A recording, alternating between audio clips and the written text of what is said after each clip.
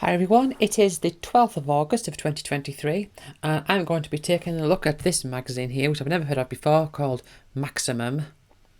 It is the video game magazine, issue number 4, £3.50. So this was a UK based one, and we zoom in. You can see it involves Nintendo, Sega Saturn, Sony PlayStation, SNK, Arcade, PC and 3DO. And this is issue 4, it's from February of 1996. I do realise that a lot of these ones I'm covering are from around the same period. There was the Nintendo Power one, which came afterwards, a few years after. And there was that Australian PlayStation one, which was, that was 1999, wasn't it? But the rest of them have been around the same era. Not necessarily. Well, I'm probably going to try and be a bit more diverse in that regards, but I think in terms of game magazines, this is just the era that I'm most nostalgic for, so that's why I've been doing it. But anyway, on our front cover we have Li Long here from Soul Blade. As you can see, Soul Edge. I don't know the story exactly between the name Soul Blade and Soul Edge, because I know that in the arcades it's called Soul Edge, and I had Soul Blade. And Soul Edge, the only difference I know, apart from it being an arcade game, the main difference I remember is Cervantes' secondary costume. The icon looked different. But we'll see what this has to say. Maybe that's just like a Japanese name or something. Anyway, we turn over and we get this blank page with Maximum, the beginning of issue 4. Right. After a lengthy gestation period, Maximum is finally becoming a monthly publication, bringing you the ultimate in coverage for PC, next generation and arcade games. While this time of the year usually witnesses a severe dearth of decent video games, this month we have been quite fortunate due to major launches of titles such as Treasure's excellent Guardian Heroes, the console conversions of Magic Carpet, and of course Capcom Street Fighter Alpha. Right. Well, also, this one is 165 pages, so this could be over 2 hours, and I've got a bottle of water here, and I realise, there's so much talking in this, so I'm definitely going to need it.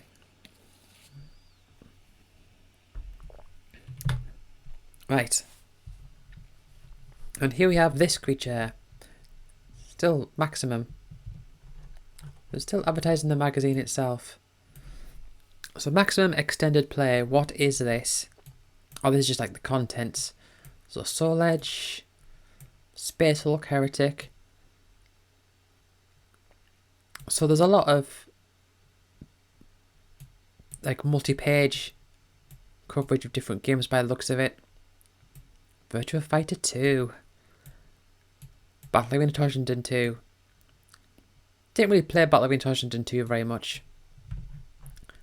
This is Space Hulk, or from Space Hulk. I've never heard of it before.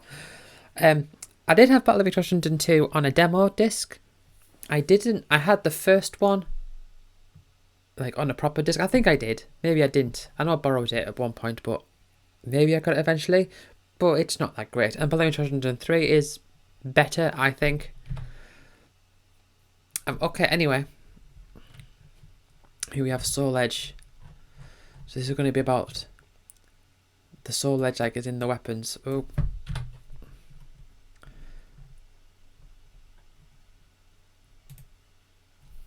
No, it's very awkward, this sometimes. No.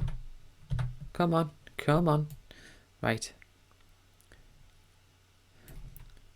This is a tale of souls and swords, transcending the world and all its history, told for all eternity.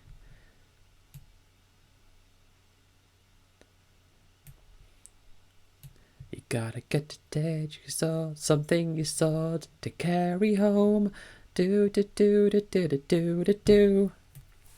Since the genesis of Tekken, Namco have been the forefront of PlayStation development, realizing at an early stage that the PlayStation hardware offered incredible 3D performance for a relatively tiny cost.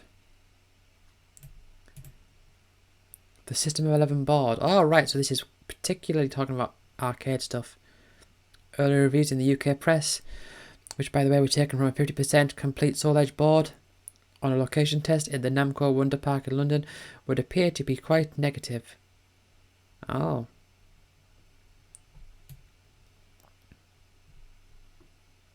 Fight to possess the Soul Edge, the ultimate weapon with the power to destroy every living thing.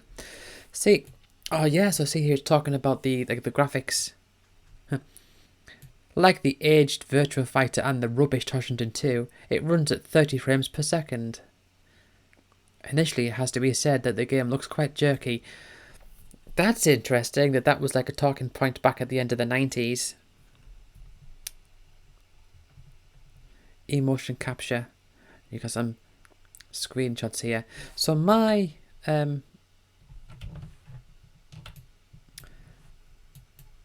experience with Soul Blade was that I played it at the arcade. It was in Pontins. And at first I played with Taki, and then I mostly played with Siegfried, because in my mind it was like, well, he has armor and a massive sword, therefore he's the best, because, you know, kid logic and all that. The final boss, the dread Soul Edge himself, possessed by the spirit of the Demon Blade, his attacks are rampantly damaging on a grand scale. But when I eventually got Soul Blade, like on the PS1, I loved the Edge Master mode where you could go and like get new weapons and, you know, to do like different weird little challenges. Although the guide impact system shows some innovation in the art of blocking, the actual algorithms behind judging whether a hit connects or not remains the same as in other fighting games such as Virtua Fighter or Tekken. Hits connect on one of 3 levels: low, mid, body or high. Standing guard protects against mid body and high strikes, while crouching guards against low blows only. So when you read about the effectiveness of the character's combinations and special moves later, you should have some idea of how to protect yourself should you be on the receiving end of these attacks. So this looks like it's going into quite a bit of depth.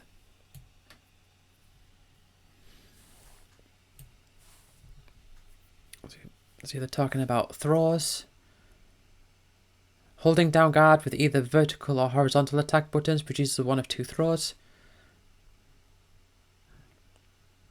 Yeah.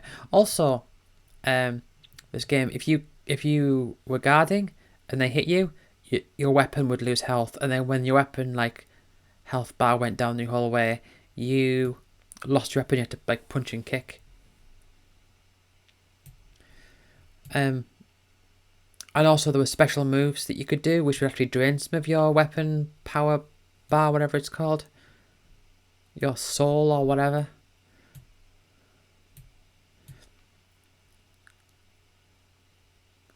I'm just saying, I don't think they mention it here. They might on the next page. Alright. Oh, they're talking about Mitsurugi, the lone fencer mercenary of the Warring Kingdom. So, it's 22, born June 8th.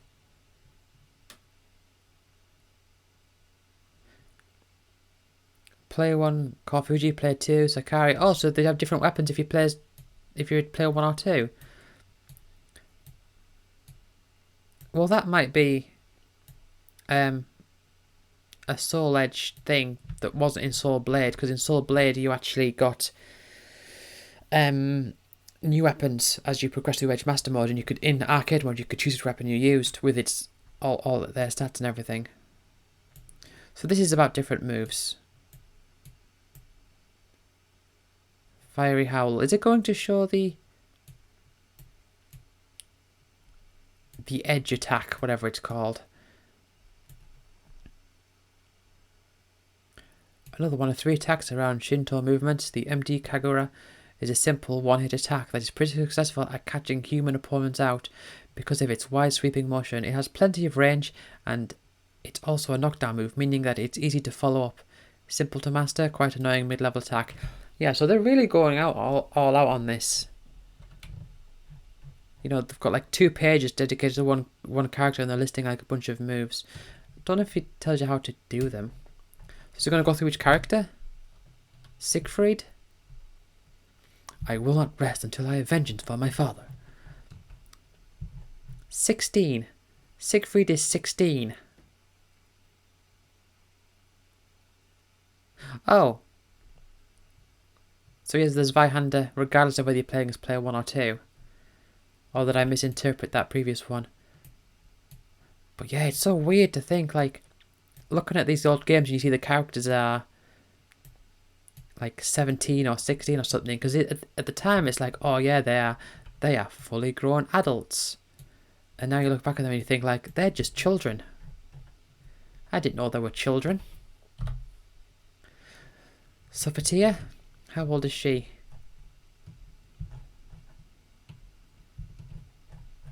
"18. The Omega Sword, yeah. Although physically average compared to her fighting opponent, Sophatia is charged with a power that rivals her foes, her belief in the Grecian gods. One day the gods respond to her prayers and charge her with the mission of finding the Soul Edge, whose power could easily corrupt and destroy the world were it to fall into the wrong hands.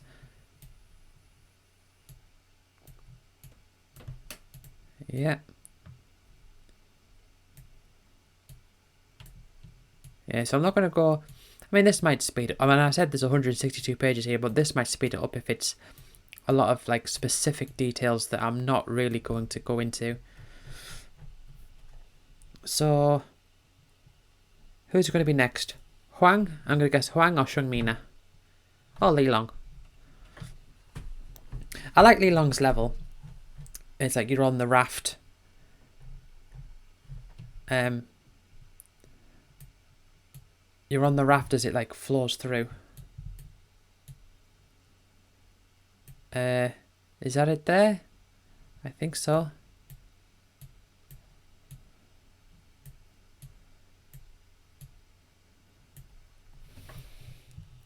Right. Huang or Shungmina? Taki. The first character I played as.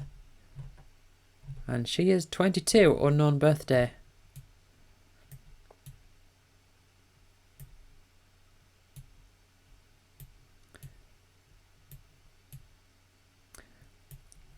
So these swords at the bottom corner, is that, like, I don't know what that means.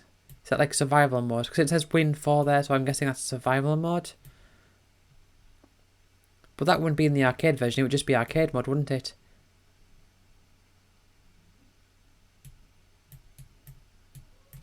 Right. Right. Huang, come on. Huang or Shungmina? Rock. Yeah, alright. They're going to be the last ones. Probably going to be Voldo next. Who's next? Huang, Shungmina, Voldo, Cervantes. 35. Oh wow, so he's actually older than I am right now. I mean, I'll overtake him pretty soon.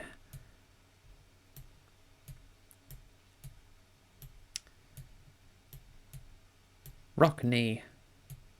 Axe Volcano. It hasn't been discerned whether the Soul Edge has the last ability of Tekken in terms of floating combination techniques. The Axe Volcano sends an opponent into the air and can be combined with a low attack as they descend. But it appears that Tekken's combo versatility doesn't appear to be quite as pronounced in Soul Edge. That aside, the Axe Volcano is easy to produce, and should Soul Edge develop aerial attack strategies, this is the nearest thing Rock has to a Dragon Punch style technique worth using. Yeah, see, specific fighting game like techniques mostly go over my head. Shungmina. Was it pronounced like that in the original? I guess it was. I think they changed it later to include an O. I like Shungmina as well. He's 16. I think I played Shungmina quite a bit as well when I played in the arcade. Probably not as much as Siegfried though. Just looking around. Taught the skills of hereditary Zanmador at Shung's school of Long Bladen. So her dad became like an unlockable character. though I don't remember his name. But yeah, if I look at these screenshots, like I remember like the circular, like the spinning one, and there's that kick, that aggressive kick. This devastating thrusting motion with Shung's punching forward behind a sword with incredible power. Its peculiar movements make it a good gambit against a moving opponent. This move, activated by pressing A and B together, hits at the mid-level. This move sends the opponent reeling, so it may be a good move to follow up with one of the usual triple button press combination attacks.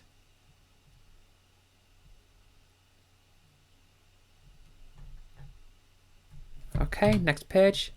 Is this Voldo? This will be Voldo. I really liked his stage music.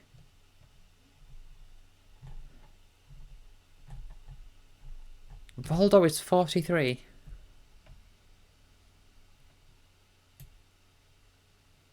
Stage Money Pit. He lives in like a palace.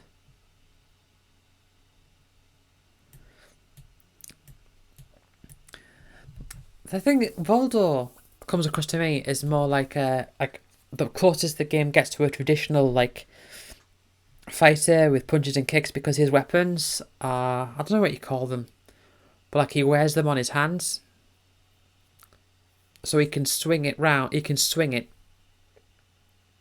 as that would be sort of similar to like a punch. Like these things. What did it say his weapon was? Guitar, hand-mounted blades.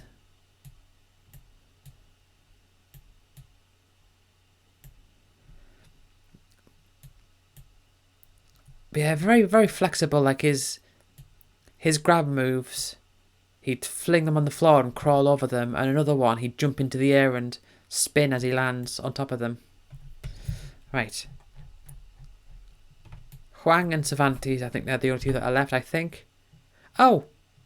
They didn't go into Huang or Cervantes. Oh, okay then. Guess we're not talking about them. Cleanse and purge with Space Hulk, terrifying alien combat by Electronic Arts. So what type of game is this? We see this guy around everywhere.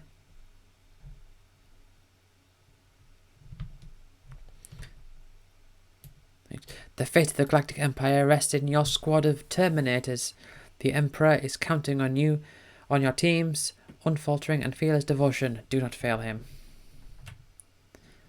Okay, I have no idea by looking at this what type of game this is. Is it like a shooter? So I'm guessing this is you. That's my guess. I should lean back. I keep leaning forward to go to the microphone, but I shouldn't. I've got a Blue Yeti, a Blue Yeti Nano, which I haven't had for very long, and I'm still getting used to it. The graceful opening sequence shows the Blood Angel's floating chapel of dedication spinning through the cosmos to rendezvous with the gigantic Space Hulk. A craft departs from this mothership to board the vessel, and the chain-fist Terminators break through into the hold. Then the search and destroy mission begins. For a second, I was thinking, oh, does this game take place in space? And then I remembered it's called Space Hulk. Right, let's see what's on the next page. Is this more Space Hulk? Alright, so I'm guessing there's going to be a few Space Hulk pages as well. Yeah, I've never heard of this game before. So I think it's first person. So is this a character, or is they just like an enemy? Because it looks like there's two of them. In this screenshot here, it looks like there's two of them. Right. The honour of purifying the Hulks has fallen to the Terminator squads of your chapter. Archaic reflector fields and interwoven plastisteel armour blessed with the blood of the Emperor have helped previous Terminator units cleanse impure areas of gene stealers without incurring heavy losses, and this good fortune has pleased the Emperor, who shines his psychic beacon of light towards your outpost. So, right. So the Terminator squad is like your set of characters, and these are the gene stealers, I guess. Oh, and more screenshots here. Just so many close-ups of this this guy here just right in your face all the time. I've never seen this many close-ups of a single character. I mean, I say a single character. I don't know if it's a single character, but just seeing these so much. Anyway, I suppose it's showing you different weapons, isn't it? So the chain fist, it's like a short-range weapon. You can see there. That there is in first person, like electrocution attack.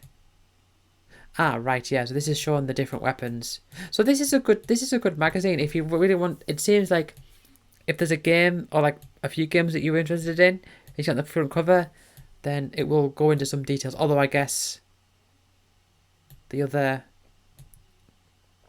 ones do that as well sometimes. But these are all seem close range. I don't see any like guns or anything, like power sword.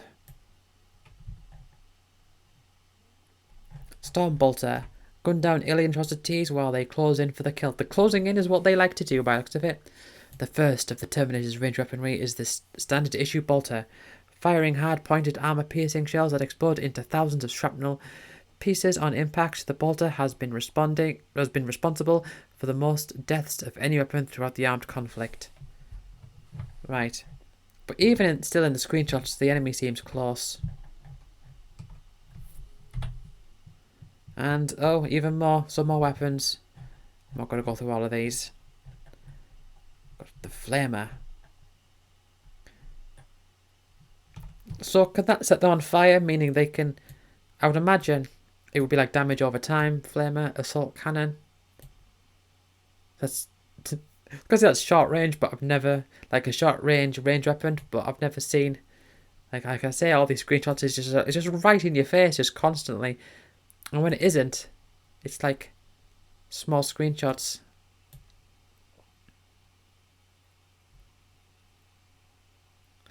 There was I listened to an audiobook by Pete Etchells, I think, where he was talking about a game on PC where he was scared to go down the corridor. And then he heard news that his dad was dying and he overcame his fears. I really like that audiobook. I'm going to have to see if I can find what game he was talking about. But I was just reminded of that watching, like looking at these screenshots. I was just reminded of that. So it's probably not this game. But if I can find out what game it is, I might look into it just out of curiosity. Oh, extended play. So this just means like just talking about stuff. 4 fearsome alien atrocities to attack without flinching.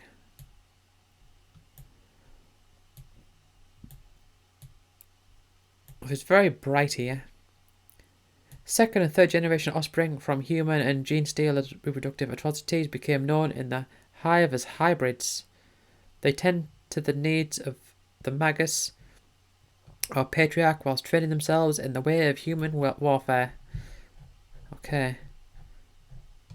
I might have to look up footage of this game just because I want to know, are these things in your face all the time as this magazine leads me to believe? Because it looks like it looks like a second person game. It's just like constantly looking. Oh, and here's one more page.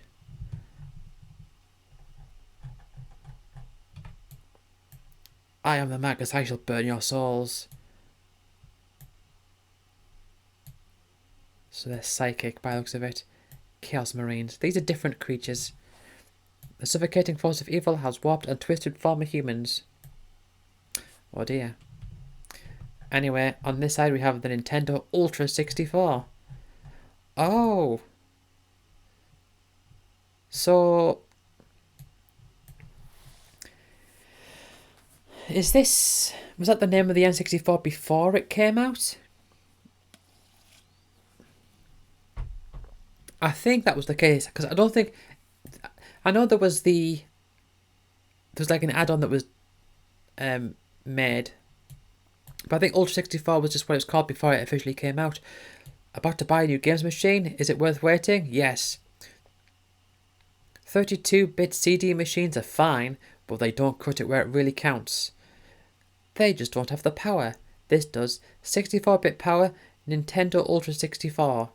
The speed, of silicon cartridge, not CD, SL, or W, or slow. You can't buy it yet. After all, nothing this good comes easy. But do you really want something less powerful? Wait for it. They're saying like, oh, come out, and the N64 will be coming out soon. I mean, I know it's the 64-bit, but I mean, is the N64 more powerful than the PS1? I know there's things that the N64 can't do. Like, it can't do full motion video, and also the CDs have to load where these can like access the memory instantly.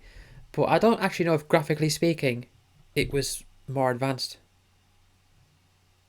So this is a new game, Heretic. Another game I've not heard of. Is this another first-person shooter? It looks like it. I'm going to take a drink.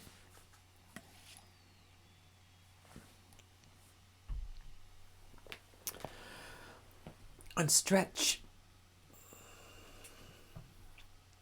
I've got to stop like leaning forwards. I really do. Latest version of Heretic with 2 new chapters. Can you overcome the demonic curse of Despiral? The Elder finished the Tome of Power and carefully placed it on the altar table. He rose to his feet and wrapped his cape around him and reached for a flaming taper. Small arch impulses of electricity swarmed throughout the chamber as the last of the 7 great candles were lit, and the final great army of the earth was summoned. So it's another shooting game. They're in. Is it like a different planet? Because I just read it, didn't I? So, damage and destroy the deadly demons of Despiral. So these are going through some weapons. It does look very Doom-like.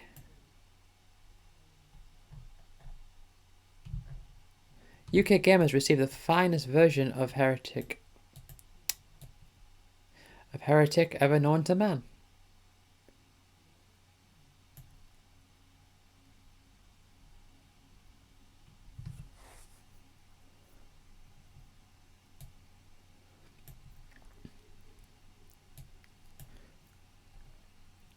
Right, so here we have the weapons again. So part 1, close combat carnage. My weapons of war bring me unimaginable power. My people have hidden them in the most sacred places, and only I, Spartak, have the necessary skill and guile to locate them. By the beard of Archdeacon Sabator, I shall wreak havoc throughout the lands of Despiral. Right, okay. So, 1, staff. Spartak laughed long and low when quizzed about the effectiveness of this long oak branch. Unperturbed, we took the staff on a test run and found it, as was expected, to be of very little use at all. The staff is slow to inflict damage, and even the weakest creatures, such as gargoyles, will have to be battered 2 or 3 times before they fall. But I imagine it's also the default weapon, because the others will probably require ammo or something of some sort.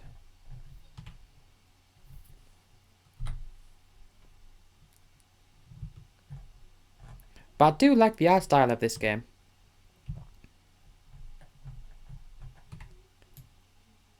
Gauntlets. The gauntlets, on the other hand, proved to be much more entertaining, although never becoming more than an amusing interlude to the carnage ahead. Spartak was more than impressed with the quality of workmanship in these magical metal gloves. You can pummel a foe into 1,000 tiny pieces and then stomp on them to show your dissatisfaction, he beamed. Okay. So Spartak, is that the name of a character in the game? Because I thought it was the name of the character in the game. Does it? I don't know. But it's sort of written in like in third person rather than saying like, oh, we found this to be the case. So we have the Elven Wand. So this long range, because it said part 1, like, low range weapon, like short range weapons. The mighty adventurer's face lit up when we suggested a brief incantation from the Tome of Power. It seems to be written like in the roll. Like in roll or something, I don't know. Huge shards of arching energy lit up the Elven Wands with magical flame. And Spartak edged forward before disappearing into the darkness. What we heard next can only be described as gruesome, and shortly afterwards, Spartak emerged claiming that the enemy was disemboweled and slain with extreme haste in a myriad of golden light. So it seems rather wishy-washy, this language. As opposed to like when they're talking about Soul Edge, that was much more grounded in like, oh, this has a good attack, or we can hit this range and it defends against like this block and like block this type of attack, or this bypasses this sort of defense system and all that. Whereas in this one, from what I'm seeing, they are mentioning some things, but they do it a bit more flowery.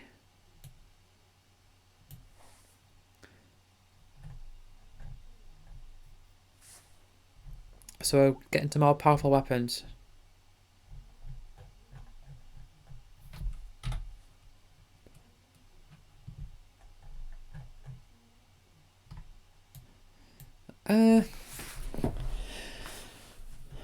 Phoenix Rod.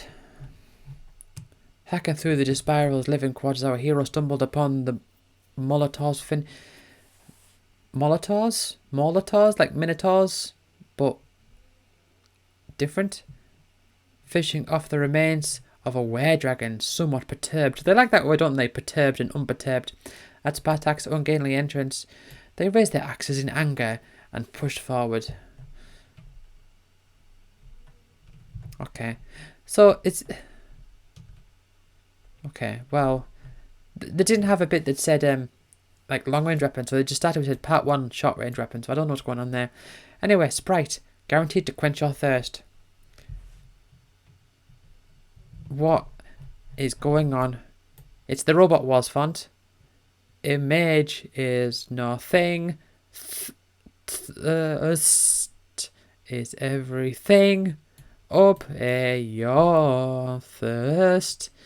Like capitalizing. Guaranteed to quench your thirst. Like, look at this advert. Look at this. I forget the name of this font. It's not Cooper Black. Arial Rounded. I think it's Arial Rounded. Like this mash of fonts. Not guaranteed to impress your mates.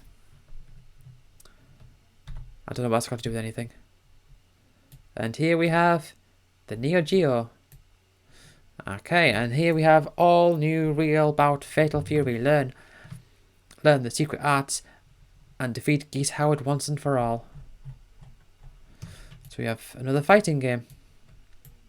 The previous competition had reached a climax. Victories had been won, and the unworthy had paid dearly for their lack of skill. Watching the proceedings from a balcony atop Southtown's highest skyscraper was an old competitor, his face covered by a mask of cloth. The final part of the resurrection ceremony was complete, and the pact was signed. There's a bit of backstory. So yeah, I'm not really familiar with Fatal Fury, real bout Fatal Fury.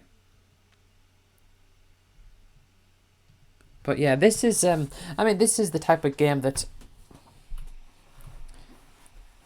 if I saw this in an arcade as a kid, I'd be like, oh wow, let's see what that one's like. Because I remember finding it, because obviously I was impressed with like 3D, like Tekken 2 and all that. But I'd sometimes like see like random arcade games, like just around places. And in my mind I'd be like, oh, what's that? And I'd be interested. There was a fighting game which I think I eventually found out which one it was, but I don't know. But there's so many. I found one where it was a 3D. No, it was a 2D fighting game. But you chose 3 characters, and it was sort of like team battle. So you play with one character, and then when they died, the next one came out, and the characters that you weren't playing as yet were like stood in the background watching. And I remember there was one guy, like, it was one of those fighting games where the characters like massively diverse in like size. So there was one guy who was so much bigger than the rest of them, and I think he was in like a prison outfit, and he had a big ball and chain. I don't remember exactly. So we're going to go through the characters of this game. Hit fast and hard with basic attacks. Real Bout Fatal Fury utilises the usual array of buttons found in every Neo Geo game so far. A and B buttons are used for punching and kicking respectively, while the C button enables a larger and more meaty power strike. Finally, the D button is used to shift between the fore, mid and background. Okay, leading to pseudo 3D battles with 3 planes of fighting being utilised. Okay,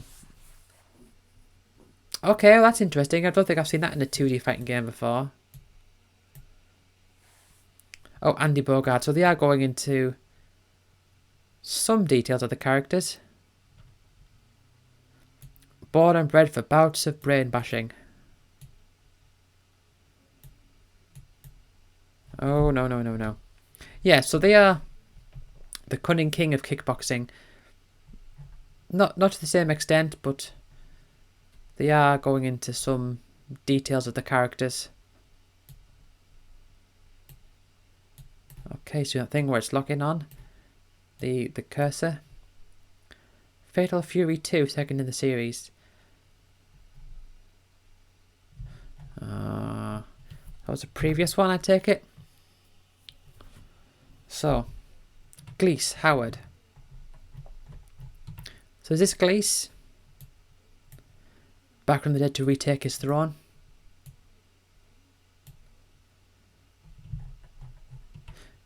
Now, almost entirely insane, Geese Howard, I don't know if I said Geese Howard, is desperate to prove both his combat worth and his hold over Southtown, stepping out of his suit and into his fabled ceremonial dress. Geese surveys the ongoing ultimate combat competition with interest. I was thinking, like, imagine if I was to try and make like one of these about Level Up Land, about how I would do it. Like, oh, Warren takes no crap from anyone. A full-on fighter, doesn't like to dabble with those spells too much.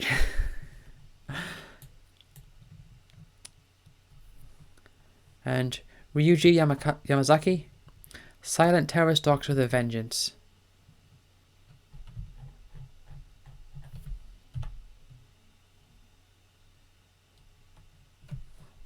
So, I think they've all been men so far. Are there no ladies in this game?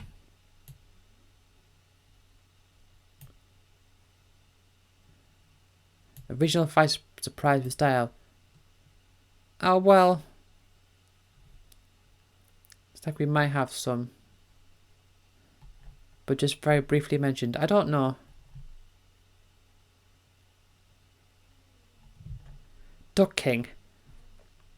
The 6-month period between the King of Fighters tournaments and the mysterious disappearance of Geese Howard had been a blessing in disguise for Duck King. What type of name is Duck King? Like the King of Ducks?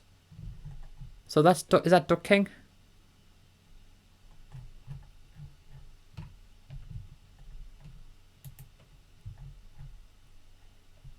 Okay, come on, zoom out. Oh, it's lagging a bit.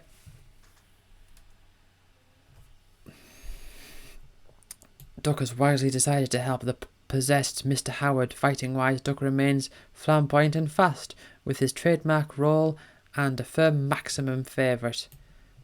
The trouser inflation. Oh, that's like a kick.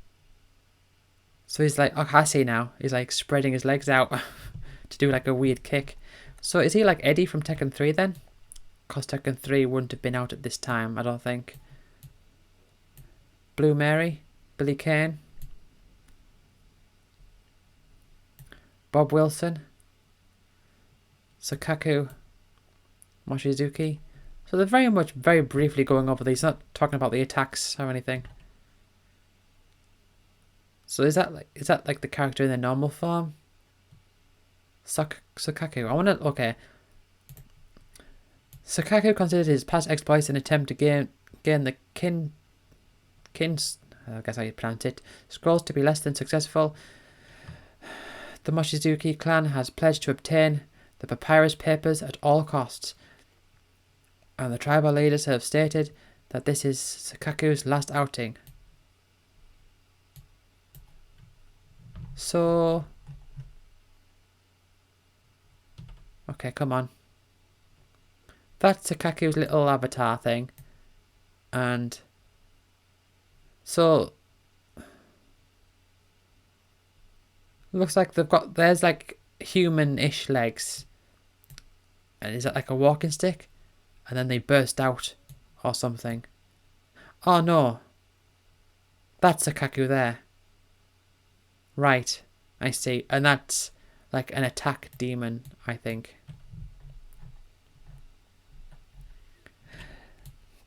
See, with this magazine here, I'm actually looking at these. I'm thinking I should look at gameplay of these games because I'm just unfamiliar with most of them.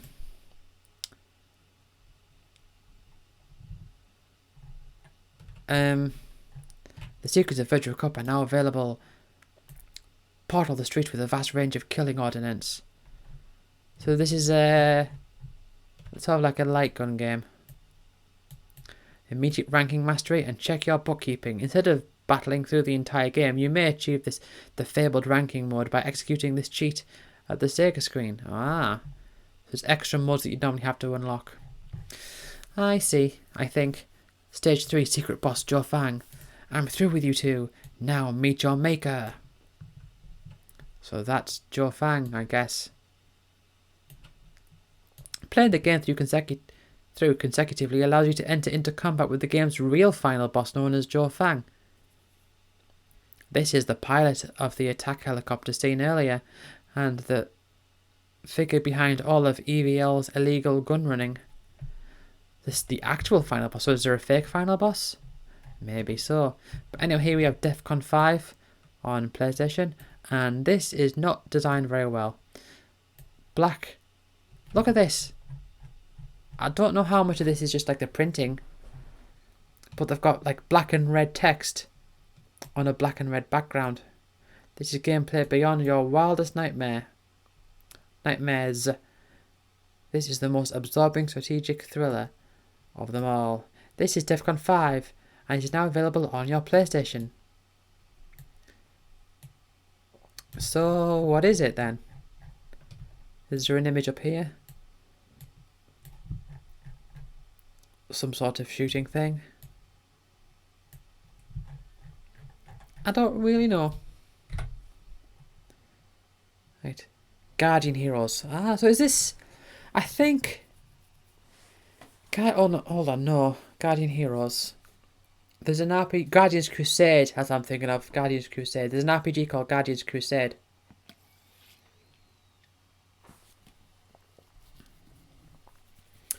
There was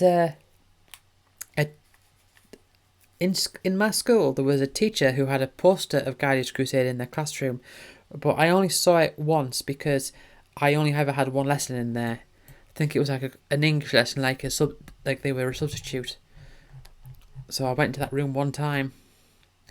But yeah, it's another fighting game. So Maximum, they're very much like the fighting games, it seems. Oh, hold on. It's almost a new genre of game in itself. Oh, well. So I guess it's not just a fighting game then. They've got levels, by the looks of it. Oh, this is lagging. This is lagging. They've got levels and what look like, sort of like HP and MP sort of thing. Maybe it's like a charge. But multiple characters. That's what they say. At its simplest level, Guardian Heroes is best described as a scrolling beat 'em up. However, to be fair, there's far more to this game than that. Treasure have always concentrated on bringing original gameplay elements to their titles rather than just turning out something flashy but ultimately unsurprising. Guardian Heroes' originality goes further than just a few novel in-game elements. The actual game itself is an fresh new concept. It's an fresh new concept, is it? Well, that gives me an idea. Combining the trials of a scrolling beat 'em up and a one-on-one beat 'em up. It is interesting, isn't it? That the term beat 'em up, at least to my knowledge, became a term to mean games like Streets of Rage and Golden Axe. But they I'm seeing in these magazines that they use quite a lot for old fighting games, what I would call fighting games, where it's one-on-one. And an RPG to produce an all-new kind of action-adventure. This is a sword and sorcery fighting game with all the hacking, slashing, material arts and magic you'd expect from a Golden Axe type affair, only with a deeply involving plot to match. Oh, 6 players as well. So it is like a beat up then, like a Golden Axe Street of Rage kind of deal, I guess. Oh, we're going to go through the characters. I mean, some screenshots like this, they look a bit like, fighting game type. No band of swashbuckling warriors would be complete with a no band of swashbuckling warriors would be complete with a muscle-bound heroic leader. With? Don't you mean without? Clearly then the Guardian Heroes are an incomplete team. For whilst Han may be muscle-bound and heroic, he isn't the team leader. Nonetheless, Han is a vital element of the heroes. So, yeah, strength is high compared to intelligence and agility. So yeah, big bulky guy, does big attacks, punches hard. Oh, they've got like a level up system there. And here we have another character. Nicola Neal is the opposite. She's got good mentality and agility. I don't know what mentality and agility would be different. Would mean differently. Let's say Nicola. It would be Nicola, I think. Nicola is said to, it has to be said, is without a doubt the weakest member of the team. She has virtually no physical attacks of any consequence to her name. And what magic she does have is designed to shield or heal her. So, I mean, ideally you'd want it to heal other people. Oh dear, usually female characters in fighting games tend to be pretty powerful, like Sarah Bryant or Michelle Chang, but not in this case. Nicola Neal is a tragic figure when it comes to hand-to-hand fighting, and her magic isn't exactly marvellous either. Well, they don't like Nicola. We've got Randy. Randy is very intelligent. He's got very high mentality, with a bit less strength.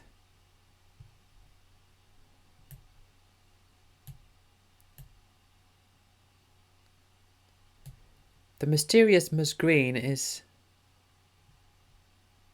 an extremely powerful magician, although by the standards of the Kingdom Magicians Guild, she is merely an apprentice. And she's called Randy.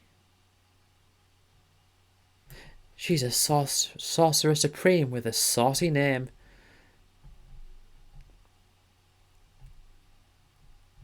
I can't turn you into a frog, but I can turn you into a hamburger, if that helps, I guess. So is her magic... So where with Nicola, it was for healing. So does Randy do like attacking magic? Looks like it, like all this fire and there's ice there. And look at that. Anyway, Edward M. Cognac. Edward M. Cognac.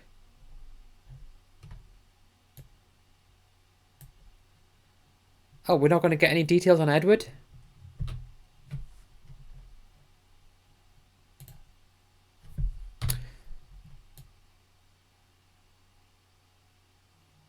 Oh, so Edward is just is Randy's little rabbit dude friend. Anyway, we have to read this. We have to read the details of a little bunny rabbit. Adding to her potency as a fighter character, Randy has an ace in the hole, a rabbit in the hat, so to speak, quite literally.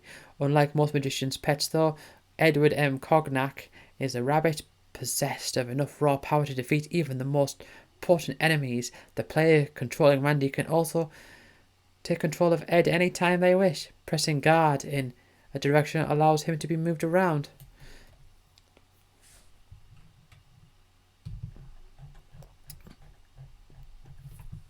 So now we move on to the next character. Ibushi. See how this character is? So this character is very lucky. So they're like a gambler of sorts, maybe. Little is known about this mysterious ninja. He has, however, joined the team for a purpose, although it isn't to do with the cause against the Kingdom Knights. Rather, he seeks to defeat a fellow ninja known as Sambo. So, I don't know what luck means in this game.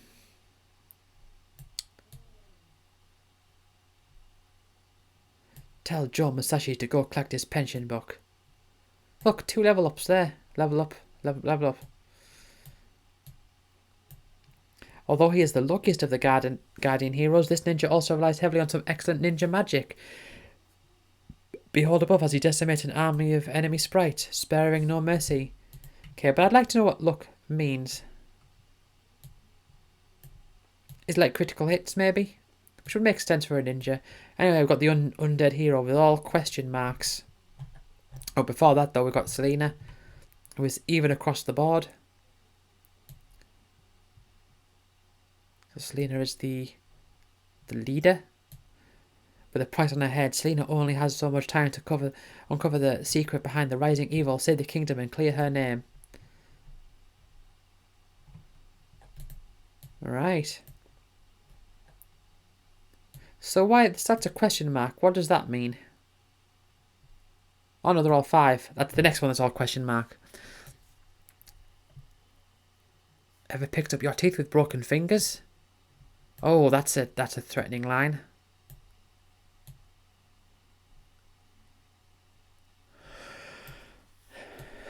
The undead hero, question mark. The final member of the Guardian Heroes is quite definitely the most bizarre of them all. His first appearance in the game is also one of the most dramatic scenes of the story mode. An undead hero from another age. This golden armor-clad warrior burst from his ancient burial ground at the end of level 1. So this is like a mysterious character, like, oh, we don't know what's going on here kind of deal, I guess. Although undoubtedly an eye-catching and powerful character, the undead warrior is always controlled by the computer in story mode. Ah, okay. Still, there's plenty of other awesome heroes to find in this awesome adventure. So they're not presented with stats, I guess, because you don't select them. That's my guess. But what outside story mode? Are there more characters, or is this more into the story itself? Story mode. Oh, I'm gonna have a drink.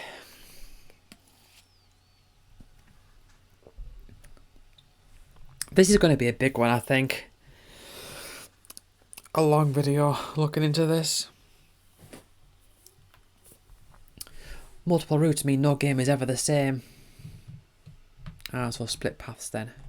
Level 1 sets the stage for the upcoming adventure discovered by guards. The heroes have to battle their way out of the increasing dangerous house fire. Once out into the streets, the fight proper begins as the Kingdom Warriors attack the team from all sides. 1 second, I'm going to open the curtains because it's starting to get dark.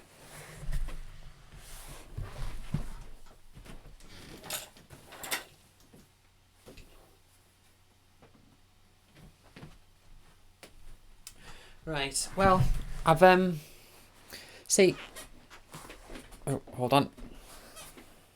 I usually, close the curtains because when the sun shines through, it sort of like gets in the way of the screen, it makes it harder to read. But it's all very cloudy now, so I'm okay with that. Looks like there's going to be a lot of rain on the way. Anyway, where were we?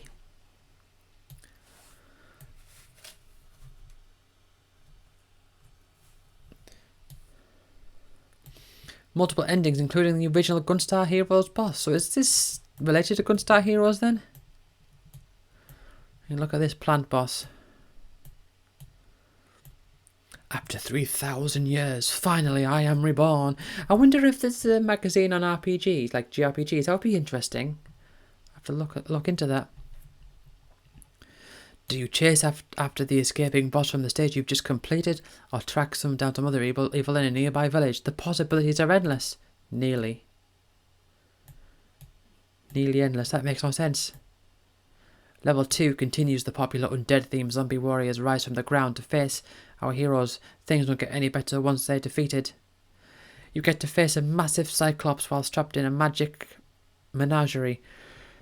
Even the enemies on this stage attempt to escape the beast. So there's a few like robotic things I've noticed, but where is... Oh, is that the Cyclops? That might be the Cyclops. No. Ah, look here, we've got stat screens.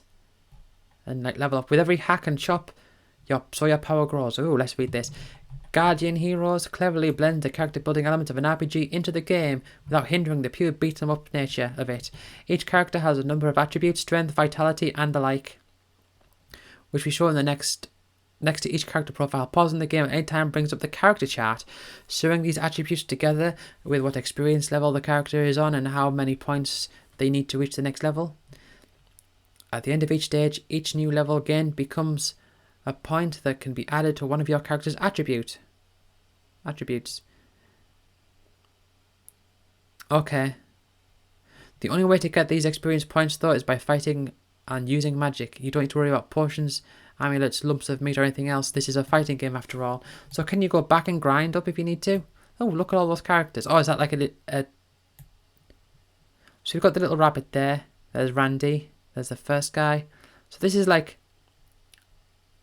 an event. Oh, can you discover all 54 selectable characters? What? So you can eventually play as the mutant zombies and all that. Man, this has been interesting. This has been legitimately interesting. I say that because usually when I look at these, I'm thinking, oh, remember this, remember, like I look forward to the customer feedback and all that. But this time, it's like I'm like looking at these games and I'm like, oh, let's learn about these games. Each of the 45 acquirable characters has a range of moves relating to their status, and moves lists for each of the fighters can be brought up in the options screen. From here, it's quite clear to which the characters are the better ones, although the look of most of them reveals their strength. Rather than balancing out all the character skills, Treasure have made each one only as good as you'd expect them to be. Yeah, so I'm imagining there's going to be some characters that are just bad, and some of them are just good. With only... I mean, they've got how many? 4 or 5 stats to work with? I mean, they've got... hold on, I'm just looking on the floor for something here. Yeah, 1 second. Oh...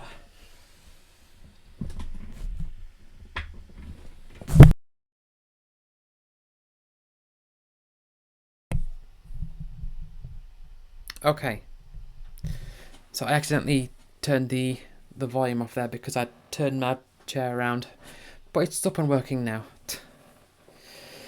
That's good. I can actually see, like, can I use OBS so I can actually see the bar going up when I talk, so I know it's been working fine. That's good to know, but now I've turned it back on, so we're fine. Right. Yeah, so they're going to make it, because they've got like, was it like 5... Oh, hold on. They've got like 5 or so different stats, 6 stats to work with. And they've got 48 characters. So there's going to be only so many variations of that they can do. Never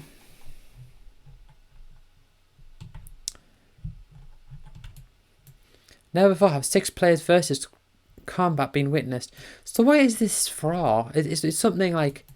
It will be something obscure, won't it? Bring me fresh brain balls. I must feast. Han Samuel. Facts and figures for fight fanatics. Treasure took the art of statistics to ridiculous extremes with the Mega Drive release Alien Soldier, when they gave you a record of every factor in the fight from the time it took to the energy lost. Guardian Heroes doesn't go to this extreme. However, you can check certain records on previous fights. Permanently stored in memory are complete records of how many fights each character in-game has played and won. What's more, players can save files under their own name, recording all their own personal winning records. Feature per usual. Okay. Perusal. That's the word I'm looking for. Essential stuff for the egotistical Guardian Heroes players eager to prove to the world what they are. Yes, the master. This is genuinely interesting to me. Like, I'm looking at this and I'm thinking, I wanna take a look at this.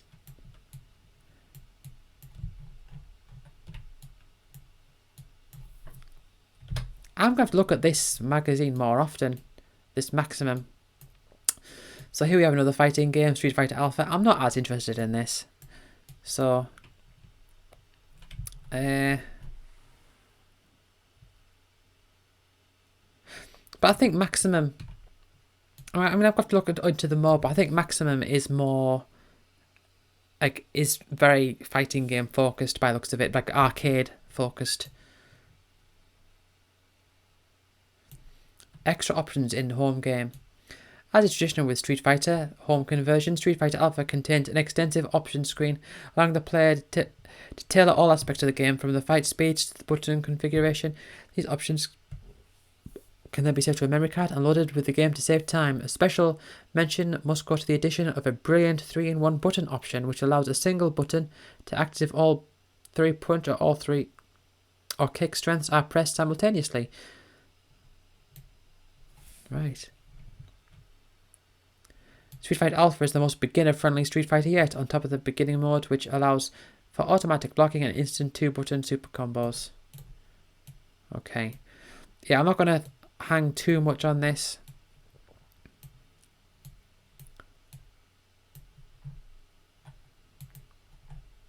Street Fighter Alpha Warrior Dreams. I think I've seen the box art for this one. If this is PS1.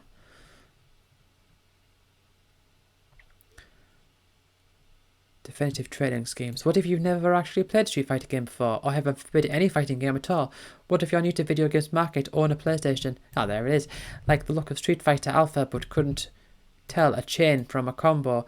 Well, fear not, for Maximum is at hand. Continuing our unprecedented Street Fighter Alpha coverage, over the next few pages we'll be telling you exactly how to play Street Fighter Alpha, from the first time you pick up your pad to the finer points of total mastery. So yes, they're going to go into a lot of detail here.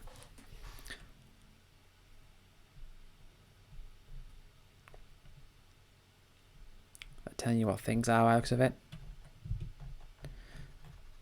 The great Street Fighter yet arrives on console. Alright.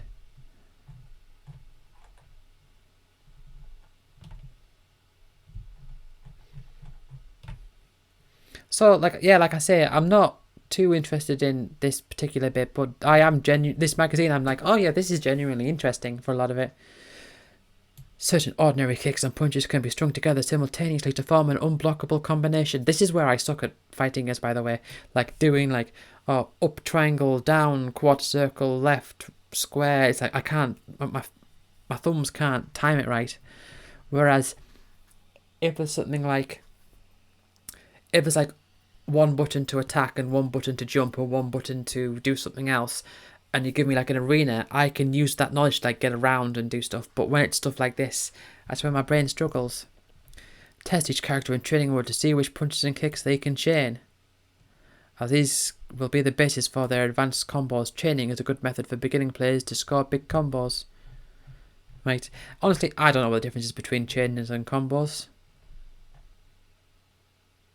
Oh, okay, so that was chaining. So that is... Chaining is like doing one move and then doing another move. Whereas combos, I'm guessing, are going to be like press a few different buttons to do a thing. I don't know. 2-in-1, similar in fashion to chaining, 2-in-1s are the practice of combining ordinary hits and special moves in one joypad maneuver. Ah, okay. And then combos, both chaining and 2-in-1s are examples of basic combos. Oh, so chaining is a type of combo. In fact, 2-in-1s can be added to the end of a chain for even bigger damage. A combo is a series of hits that are strung together, which, after the initial strike connects, cannot be blocked. Right, so you sort of like you hit them, and they sort of like... I was going to say they sort of like go dizzy or something, but that's... It's already here, it's something different. Oh,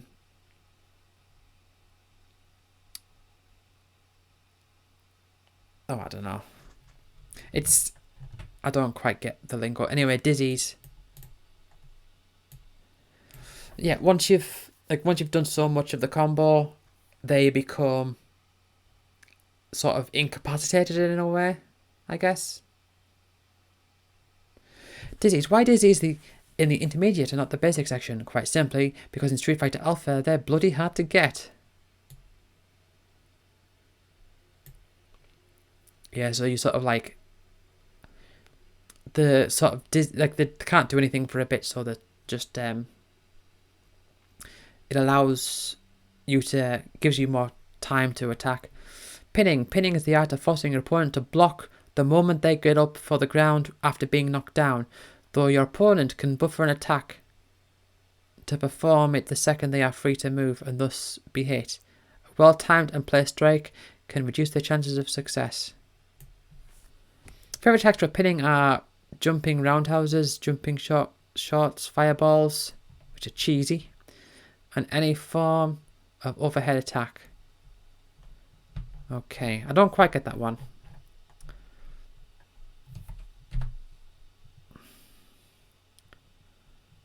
So intermediate. So they're going through the different stages. So intermediate. Alpha counter. One of the features, the new features, is the alpha counter.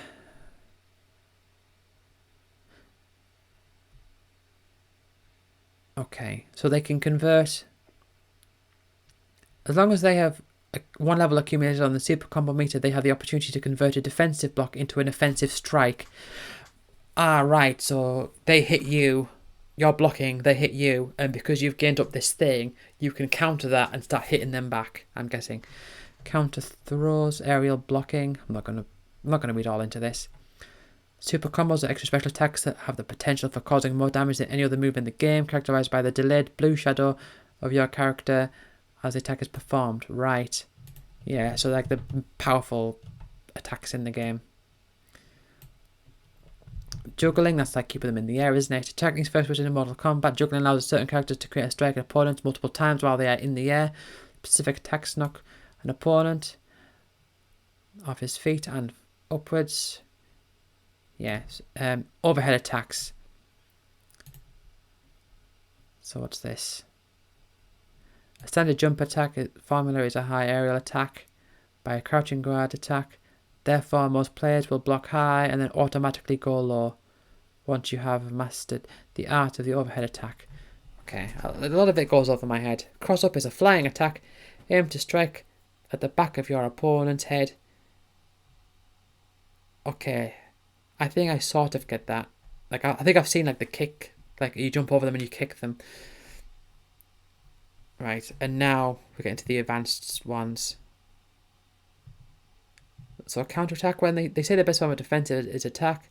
I know is this more true than Street Fighter Alpha. The best way to avoid an anti-combo is to stop your opponent before he gets the first hit in. If the attack is coming from the air, then... Hold on. Then most characters have a special move designed specifically for taking down the airborne opponent. That I always find it irritating when things like this don't use gender-neutral pronouns.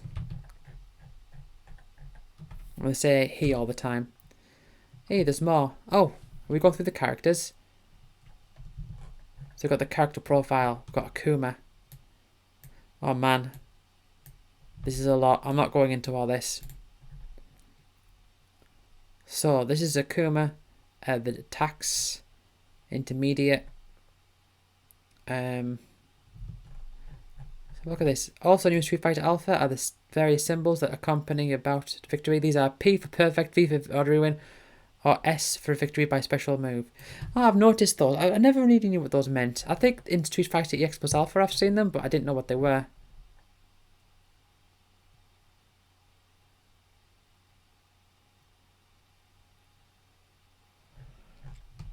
Right. I'm not going to go into the details of each character. So like this is Akuma. So they're going to go into each character. Or maybe not. Maybe. No. So I think we have like an interview here. So let's have a look. Maximum. Let's have a look at what one thing they say. How common is it for someone in the arcades to discover a technique or combination that you yourself didn't know about? Does it happen often? Right through from Street Fighter 2 to Street Fighter Alpha, this has happened, but users get a lot of enjoyment out of making such discoveries. Yeah, I can imagine so. I don't think players have a particular preference for 3D over 2D. They respond well to one-on-one fighting games, and we hope to do more of these in 3D in the future. I would say these days people prefer 2D, from what I've seen. What's next for the team now that Street Fighter Alpha is complete? We'll probably be taking a break. Will Street Fighter 3 be in 3D? It's part of the concept, but with 3D there will be certain losses, so we have to think about it carefully.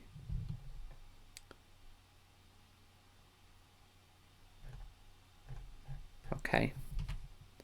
Yeah. Oh, is this another fighting game? X-Men Children of the Atom? Atom?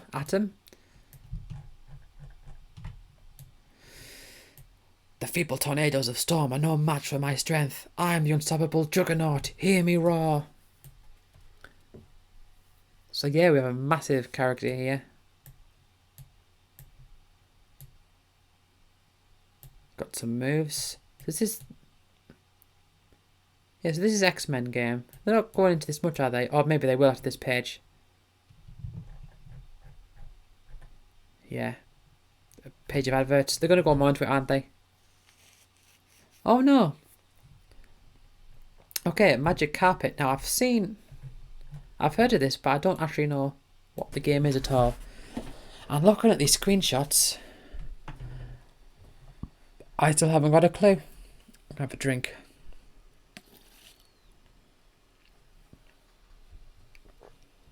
Right.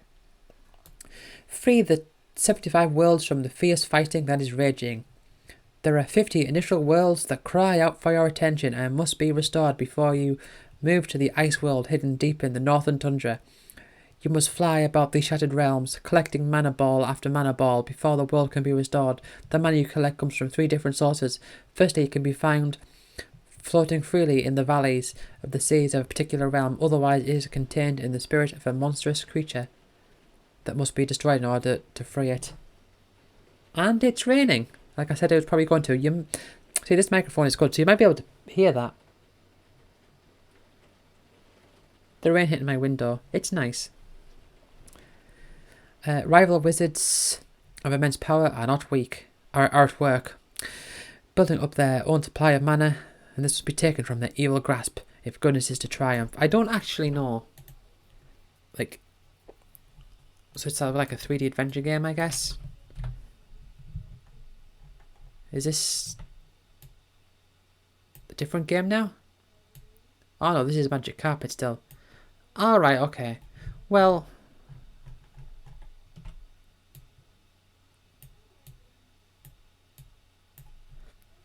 After leaving the relative safety of the Sorcerer's Chamber, you begin your questing in a new and unknown land. Gaze momentarily at the pastel haze of the sky before finding your bearings. In order for this to occur, you'll need to familiarise yourself with the icons. The game screen consists of the main playing area with an all-seeing eye and the stones of knowledge emblazoned across the top. Yeah, this is... I don't know. So there's like some resources or something at the top. A plethora of awesome camera angles makes Magic Carpet one of the most visually impressive games ever seen. Journeying through strange lands inhabited by odd creatures, below left, and cast magic spells, below.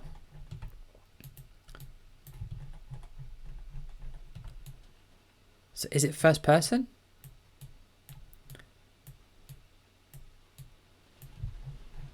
What a strange looking game, I don't get it.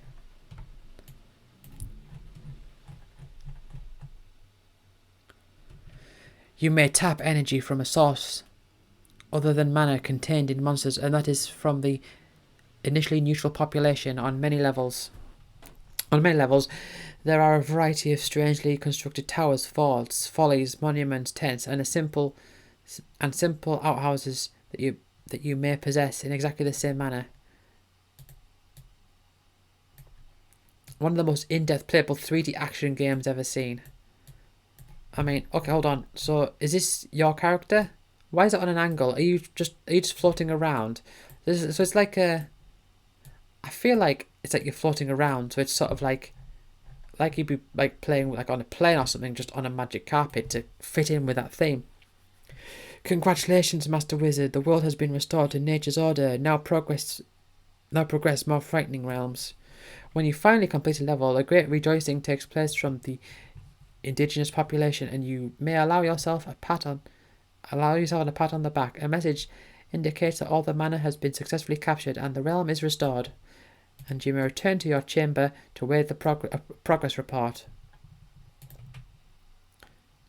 75 awesome levels. Yeah, this.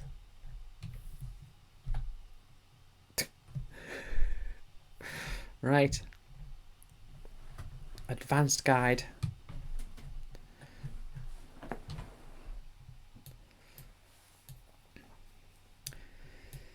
Castle management. First of all, a castle should ideally be constructed on a flat rolling hillside, or else the middle of the sea that isn't crammed full of kraken.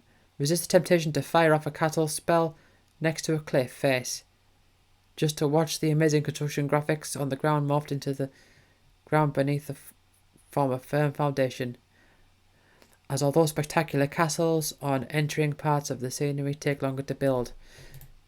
So I'm guessing there's some resource management here, because you are like you're building castles through magic.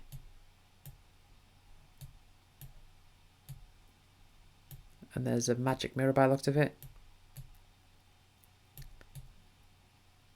So are those mana? Once you've established a castle, your quest becomes the never-ending search for more mana. Lucky wizards may find a load of golden mana that is unclaimed, or might have spent a number of minutes engaged in furious combat with a wyvern for a huge supply of much-needed mana. Once you've secured a sizable quantity of mana, it is wise to use the mana magnet spell to group it all together and stand over the mana to avoid losing it into an evil pest of a wizard. So yeah, resource management, like magic spells, building castles, collecting mana, defeating enemies.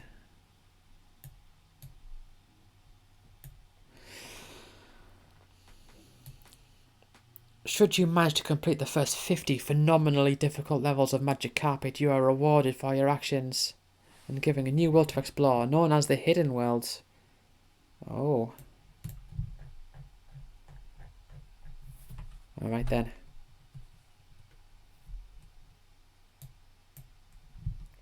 A lot of images here. I'm going to mostly look at the images. So these are enemies. So let's have a look at dragons. Best described as a worm from the heavens, dragons fire the same fireballs and take the same amount of punishment before dying, but have a much greater intelligence. Vultures. Emu riders. A rather humorous and some would say pointless creature is the emu, and these birds carry an incompetent bowman around the realms of nature at lightning speeds. We've got wyverns, crabs. Crabs have a unique power, as they may consume mana on the travels from a beach. after a number of mana balls have been eaten. So, they said before about the mana collecting spell. So are you going to want to have to do that? Is that going to be help? Could you use that to say, for example, protect, like, get them away from crabs, maybe? Maybe. Apes. They're just like big, bulky, tanky guys. Genie.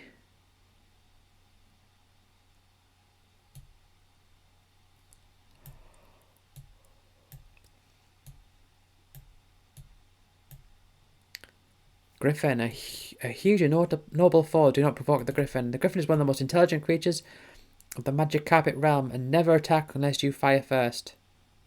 And never attacks unless you fire first. Okay. So they mind their own business, then you aggro them by attacking them. This means that a cunning wizard may follow a band of griffins to an enemy castle and hope the computer wizards attack this merry band of flying monsters. Then you can watch the destructive power of the griffin in full effect. The griffin's cry is fear-inducing. It can see through any invisible spells you may be using. Right, okay. So I'm starting to piece this together a bit.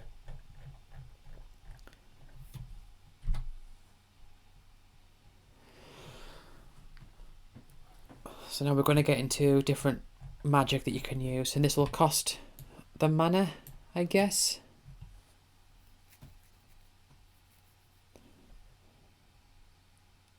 We've got some inventory going on there. Possess, rebound, shield, rebound. Upon encountering an annoying wizard, the best policy is to cast a rebound spell immediately, giving you protection from any fire-based attacks a rival or indeed a creature may use. This makes a previously cocky wizard think twice about bothering you again. Right, so it sort of like reflects like magic attacks back at them, I guess. Possess. This changes a mana ball into your colour. Watch enemy wizards, as some tend to lie in wait for a collection of mana before changing it to their colour, more than a simple mana tagging spell. Possess also enables your wizard to convert any neutral buildings or villages to your cause. Got invisible, accelerate is going to be to speed up, I guess. Heal. Yeah. Castle, that's what they mentioned that before, that you can build castles. Teleport. Earthquake and crater. So that's going to do, I'm going to guess that's going to do damage to like enemies on the ground. The earthquake creates a huge gaping crevice directly in front of you, destroying any building or buildings. And land-based creatures, yeah. Stuns them. Okay. Lightning has many advantages over fire, just like anyone who's faced up with a griffin, and these two spells serve to remind the player just how weak and feeble certain other offensive spells really are. Okay. Volcano, wall of fire, meteor and homing meteor. Beyond sight. Casting this fairly useful spell enables you to detect all enemy wizards on a level along with any balloons that... Right. Yeah, so there's just a lot of stuff going on, and I'm gonna... Oh, 1 second. I'm going to close the window because the curtains, because like I said before, the sun comes through and gets in the way, and that is what's happening now that the skies are cleared up after that rain.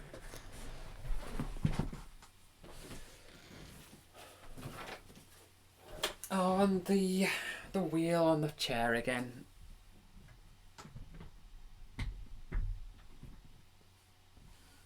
A proper, you know what, I'm going to... 1 second. You can probably still hear this, but I'm going to step over here, have a drink of Diet Coke. I mean, I've got water with me.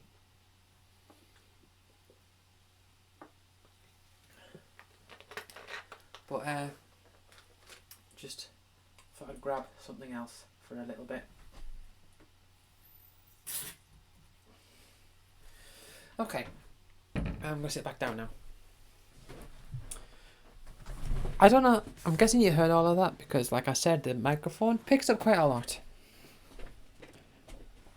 Anyway, okay, let's move on to Battle Arena Toshington 2, which I had a demo of, like I said before. Uranus, who I don't know, Master, Short and Vermilion are yours to control. I know Short and Vermilion. I don't know the rest of them though. Final Fantasy 2003 had a lot of unlockable characters.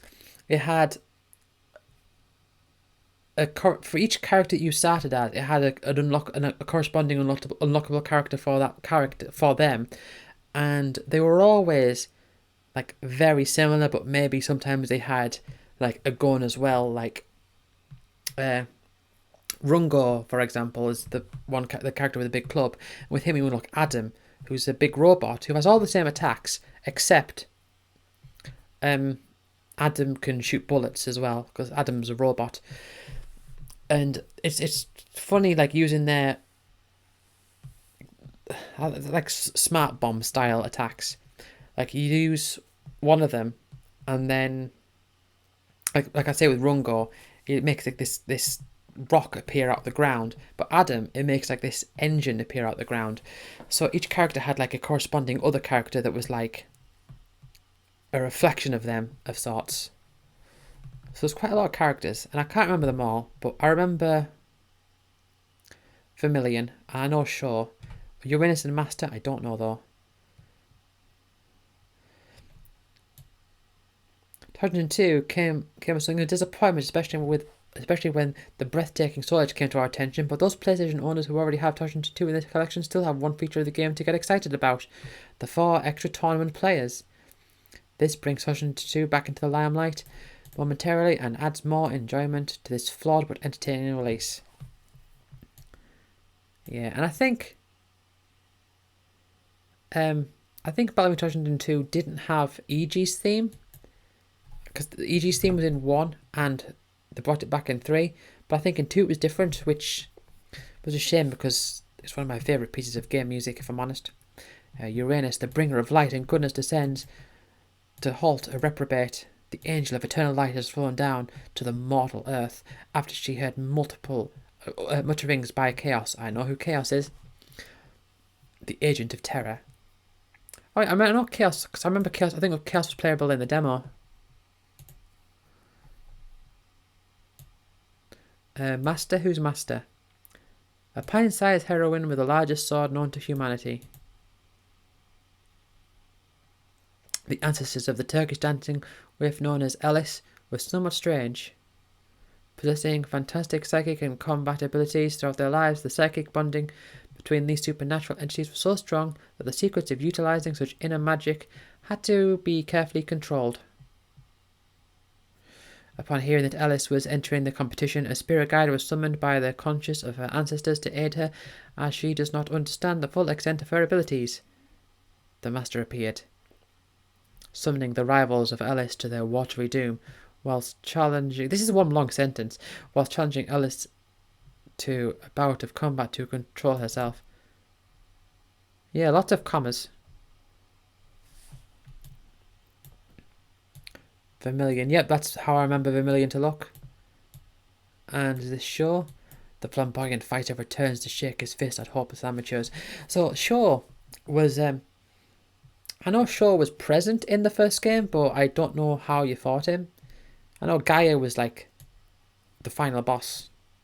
But I think Shaw you were actually unlocked through like secret means.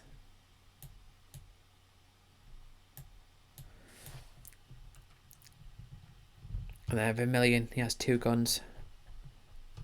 I think it was Nagisa, the character who you had to play as to unlock Vermilion in Winter 3. Anyway, that's Shun from Virtua Fighter 2. Right. Virtua Fighter 2. Yeah, it is very fighting game focused, this magazine, isn't it? At least this issue is. It might not be the magazine, it might just be the issue.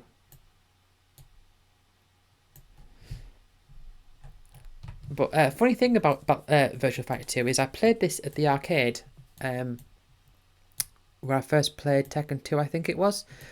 And although I clearly realised it wasn't as good as Tekken 2, I saw this and it was like, oh, fighting games in 3D. And when I got it for the Mega Drive based off this, thinking, oh, it's going to be like this big 3D game in a Mega Drive, which it obviously wasn't. But I do know this version had 2 characters, Shun and Lion. So I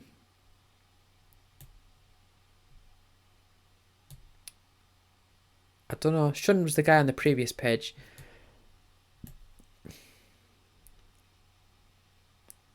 And Lion is this guy, or Leon. I don't know how you're meant to pronounce that name. But those two characters weren't in the Mega Drive version. So there's Lau and Jackie, I think. Nothing special about this game, if I'm honest. It was pretty bare basic from what I remember. It was just appealing to me in the sense that it was like, oh, look at this 3D when I was still playing on Mega Drive. Floating combos, known to the Tekken fraternity as rooting hits, and often referred to inaccurately as juggle combos. This isn't Mortal Kombat. Floating combos involve executing a hit that sends a foe flying into the air. Yeah, so that's Jackie. That's Jackie, and that's Wolf. That's Akira and Lau. They talk about different like techniques and stuff. Yeah, I'm not going to go into all that. And there's Pi and Sarah, and there's Lau again. So, is that might be Leon, as I'm calling him, in like a different outfit. And there is Jeffrey. But this game, I remember when I was playing it, I didn't really make, like in my mind, I couldn't really make much of a distinction between the different characters. Ah, so Akira. So this is about Akira.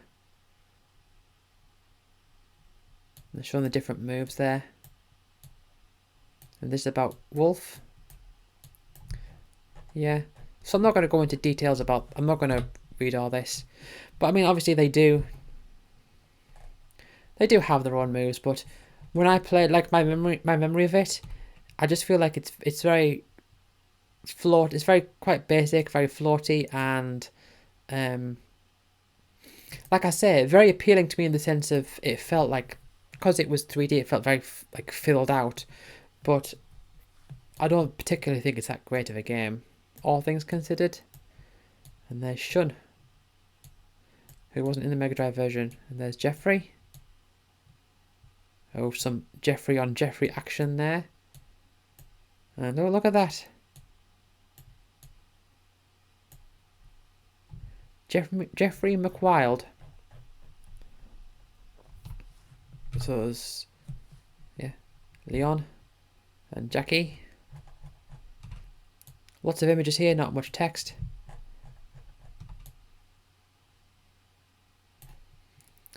The Mantis Fist expert certainly has plenty of damaging basic attacks and moves with a style of his own.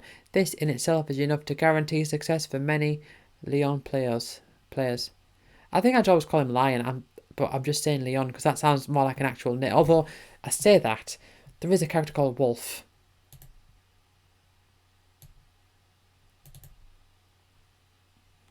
Fast and agile, his attacks lack the kind of power needed to achieve consistent success. That's where his combos come into. Yeah, like Eddie. That's how I think about that type of character. Like, yep, they're like Eddie. And here we have Jackie. So there's Sarah, Pi, and I think it's going to be pronounced Kage, but I've always said Cage. I think most people did. Pi isn't exactly the most exciting character in the game, so just like Lau, we aren't really going to spend much time with her. You didn't even spend that much time with Leon. Sarah.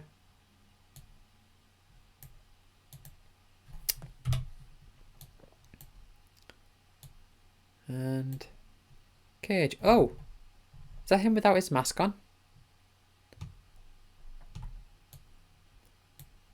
I thought I only ever saw him with his mask on. Oh, that's like a different alternate suit. Virtua Fighter's ninja character returns, and now he is even more powerful with his new techniques. He is a deadly opponent. Oh look, there he is without his mask on, fighting Lau, and there he is fighting Wolf. The 10-foot toss is one of the best throws in the game and has much combination potential. Okay, another shooter. Is this Doom? Doom. Just Doom. Not like a special type of Doom, just Doom. As our mammoth PlayStation Doom coverage draws close, Maximum presents the final installment for this phenomenal title. Issue 2 gave you all the information you needed for a professional approach to combating the demons from hell. Issue 3 provided in-depth information to deathmatch and cooperative antics, and now we round off the Maximum Doom guide with all the cheats, codes and secrets you'll ever need. Be warned that the information contained within is for the serious Doomster who has played it through to the end of the game on ultra violence without flinching and needs to squeeze that extra week of gameplay from this title. Well, cheats aren't really that, are they? Cheats are sort of like... Cheats mostly appeal to people... I think cheats mostly appeal to people who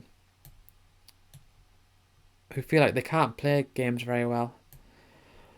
Who've sort of given up on it. I mean, I understand. You do want to... Like, there is a level of curiosity involved. Cross. Input code L2R2 L2R1. Right triangle cross right. What will that do? Enhanced eyesight with X-ray vision. Secret levels. See, I can understand secret levels. They might be extra hard. Enter the strange chambers of terror, level 55, Fortress of Mystery. Starting in a green walled chamber, flight through the numerous barons of hell. Sidestepping like mad to avoid a green bolt or 5, then start your weapons collection in each of the 8 antechambers before opening the oak door. Prepare for Cacodemon overall as a swarm of these giant tomato beasts threaten to overcome you. Before collecting the power-ups and uncovering the exit, a simple jaunt that possess no threat or problem to an established Doomster. So I'm guessing this is meant to be like secret level, like, oh, it's extra hard.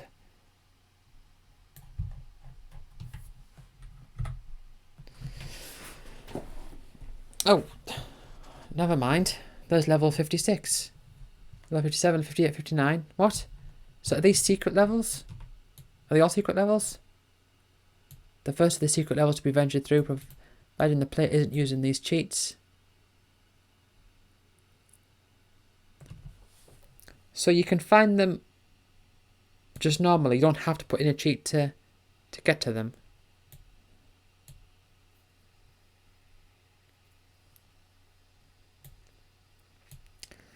I don't quite understand.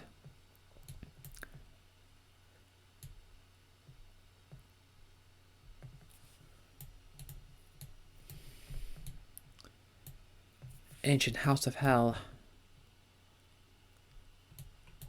No, I don't know.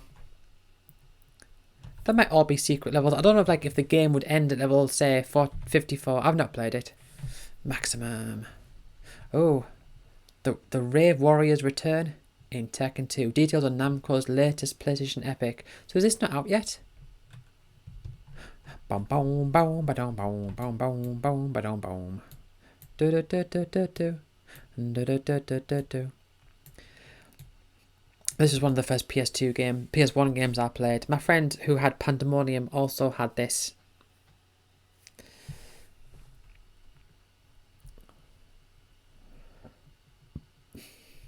The King of Iron Fist Tournament. The Iron Fist is back. Tekken 2. So it's already released in Japan. The first screenshots from Namco's forthcoming Tekken 2 conversion have been released after months of waiting and speculation. Excited PlayStation owners have been quivering with anticipation since the coin-op version hit arcades in August 1995. Right, so this was released in arcades first before PS1. I mean, that makes sense, I guess. As many hardcore gamers know, the conversion of the first Tekken game was almost arcade perfect, but suffered from slightly blockier floor tiles and smoke effects from the liberal smattering of screenshots, including some you'll find nowhere else.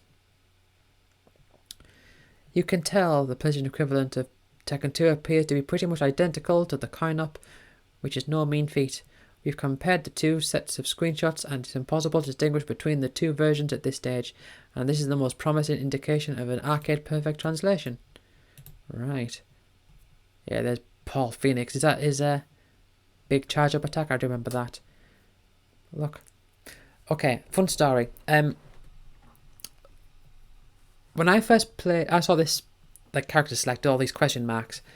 I asked my friend, I said, "What are those question marks for?" And he was saying, "Oh, they're characters that you like, secret characters." And I was just like, "All right." And in my mind, I didn't think to myself, "Oh, you'll be able to unlock them." I just thought, "Oh, they're just in the game, but you can't play them, and they're represented with all these question marks." But I completed arcade mode with Law, and I unlocked Bake, and I remember I remember saying that like, "Oh wow, look, you can play as Bake now." And that was when I realised you could save it on a memory card, and that was when it's like, oh my goodness, you can save it with a memory card and come back and you don't have to do it all again. That was a real eye-opening moment.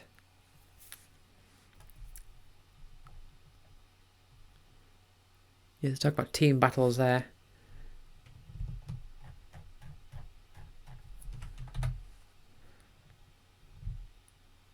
Three new and mysterious fighters have arrived. Oh, they're probably talking about Roger and Alex, I imagine. And Kazuya? Because the three, you unlocked one character for completing it with each character, and then after that, there was you could unlock Kazuya, Angel and Devil, and there was Roger and Alex, which had to do like very very particular, like you had to beat stage 3 like just barely. Old favourites and newcomers combine to overcome Kazuya. There's a new king of the Rave War. I've never heard of that before. And he's looking to crush all challenges. The old characters have all received a highly detailed facelift and now look more angular and unique, whilst many have benefited from at least one costume change. Yoshimitsu now looks a lot more like the leader of a posse of ninja bandits with his hat and shiny armour, while Dean Williams has shed even more clothing for some bizarre reason.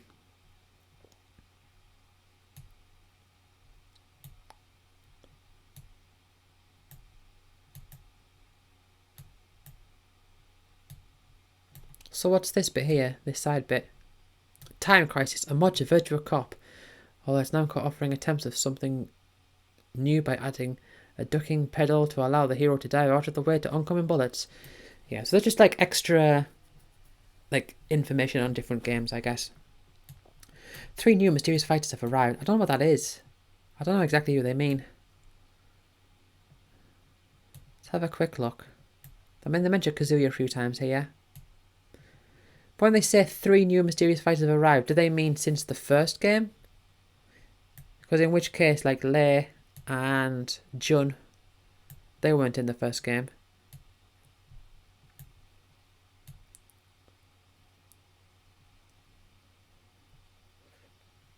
These are the original, talking of the original characters here. And Heihachi, you couldn't play as Heihachi, I don't think. Not as like an original unlocked character.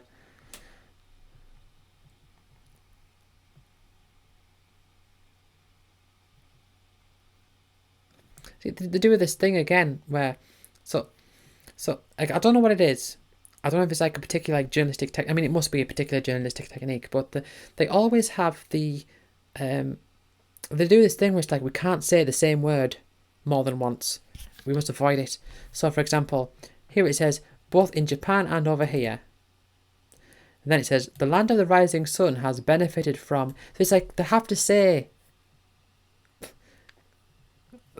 They have to like refer to it. They can't say Japan again. They have to say something else. So the land of the rising sun.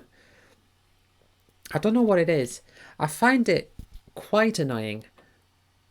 But I don't know if it's annoying just because it is annoying, or it's annoying because I've noticed it.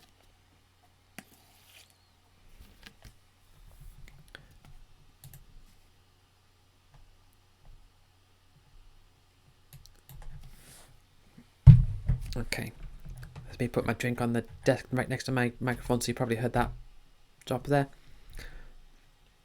Nintendo 64 is laid in America and Europe on my birthday. Dinosaurs Will Fly.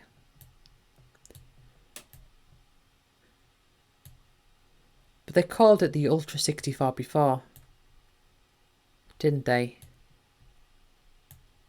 Hold on. In order to further streamline production and to build equity for one worldwide product, Nintendo has now decided to adopt a single name, logo, and distinctive hardware design for all markets. The product will be known as Nintendo 64, and the distinctive new logo that you see in the attached ad will run in the USA today, February 2. Will soon be recognised in countries around the world as the new standard for video game excellence. But in the previous page, they did refer to it as the Ultra 64.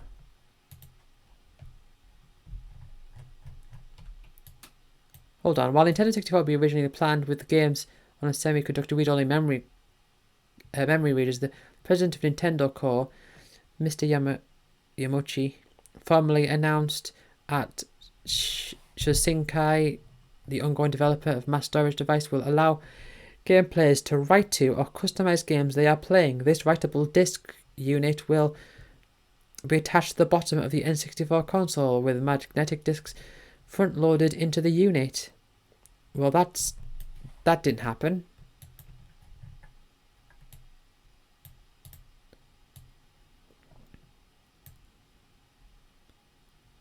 The key to ensure that all software for N64 truly delivers a quantum leap in total gameplay value over anything currently experienced on any dedicated game machine or personal computer, based upon the incredible reactions to the stunning Super Mario 64 game at Shinsekai Show.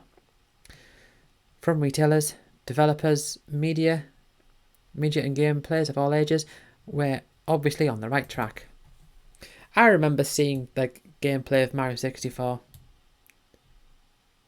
But look at this. Look at this little game here. The world's finest role-playing games have formally announced that their forthcoming mega game, Final Fantasy VII, is to be a Sony PlayStation product, having firmly distanced himself with the Nintendo 64 camp. This is hugely embarrassing. This is a hugely embarrassing situation for Nintendo, who had previously counted on Square for a huge amount of sales. The word from the Japanese RPG and Uber developers. There it goes again. You can't say the same thing twice. You have to refer to it as one thing and then refer to it as a different thing. So now it's the RPG, the Japanese RPG, Uber developers. Is that N64 cartridge doesn't have the necessary capacity due out to Christmas. FF7 is planned to be released on 2 CDs. Oh. Showing that Square really do need that memory for the latest title.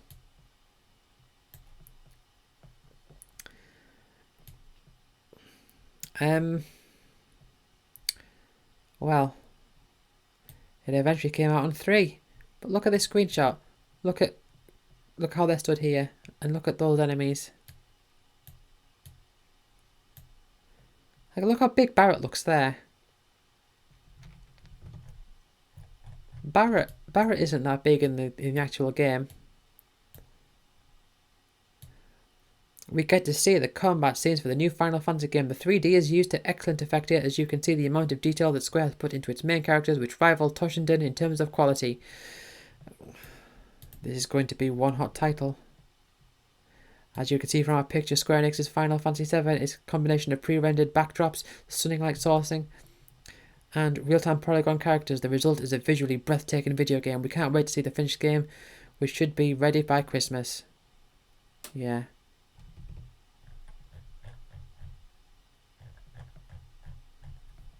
Oh, hold on.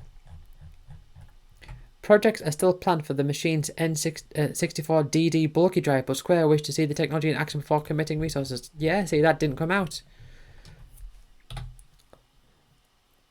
Alien. Right, I'm nearly 2 hours into this, and I've got like 50 odd pages to go. Man, this is a big one. Imagine if this recording just didn't work and the video was just gone. That would be nasty, wouldn't it?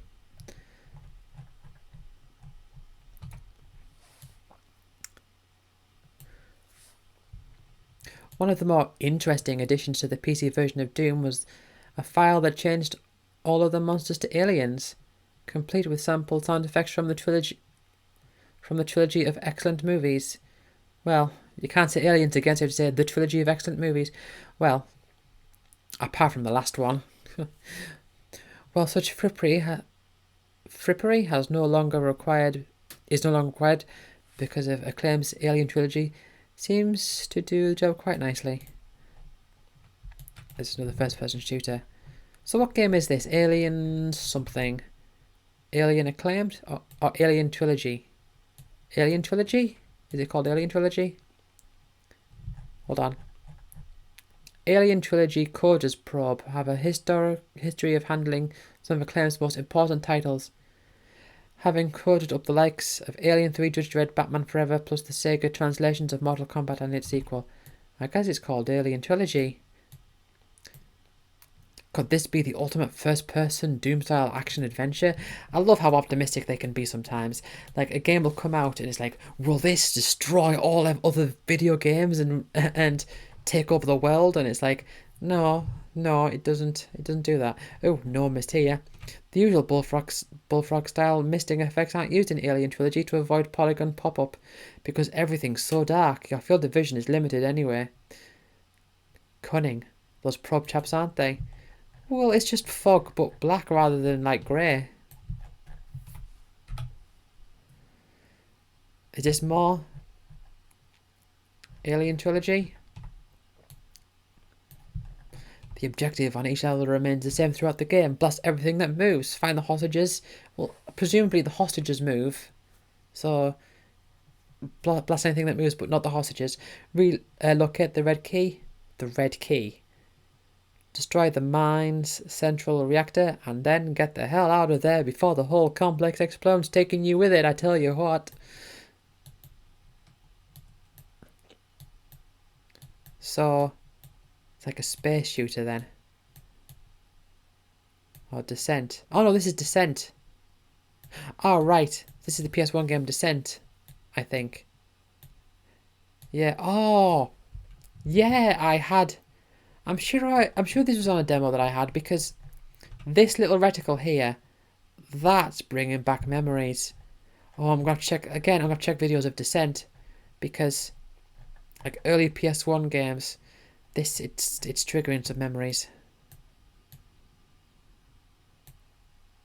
I recognize the name Descent. I recognize from the fact that I recognize the name on like the menu screen of the demo. It's one of those old demos where everything was like gooey and pulsating and with like particular like strange types of music. Like and you click on something, it goes doo, and then the screen like slowly disintegrates. It was one of those. I think it was the same one that had the dinosaur demo. 30 levels of arcade action with a pounding industrial rock score. Maximum were also pleased to discover that the game runs in full-screen cockpit mode at a decent pace, something that required a fairly powerful PC to accomplish.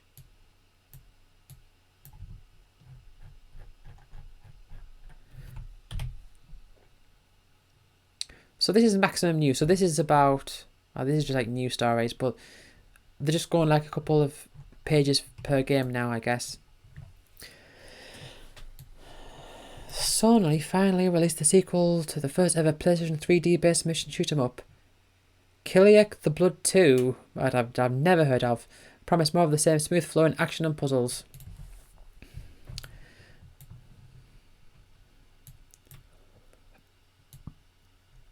Let's just take a quick look. Got SP, EP, and HP. Energy power, special power. I don't know.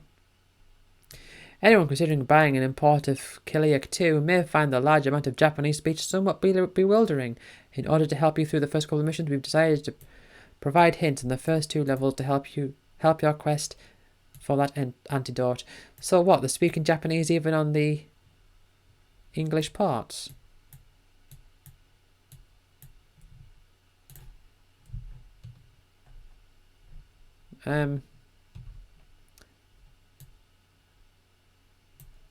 What is this now?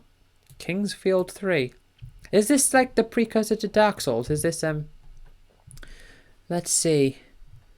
Yeah, the developers at From Software are expected to sculpt even more impressive looking 32-bit visual feast along with a highly taxing role-playing element in an attempt to create the most involving, graphically breathtaking and intriguing Kingsfield quest seen yet. Those of you unfamiliar with the previous events in the lands of the Kingsfield should take note of our potted histories in the short story section, as Kingsfield 3 follows on the same tradition. Immediately after the second Kingsfield stage, Jan and Alexander are seen resting after some monumental questioning, uneasily celebrating the peace that had enveloped the land, still aware of the lurking presence of two unknown powers. Let's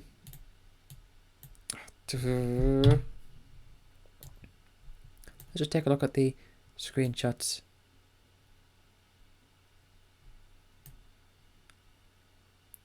A small portion of the overland gaming area is revealed for the first time above, and shows vast areas of forest and fields to explore. Also on show is one of the many new and high-detailed castle structures. From Software also promise larger buildings with greater detailing and much more complex layout. So this is like a map. I don't know. Like, can you go between these different areas? They're like gates or something. And these are forests.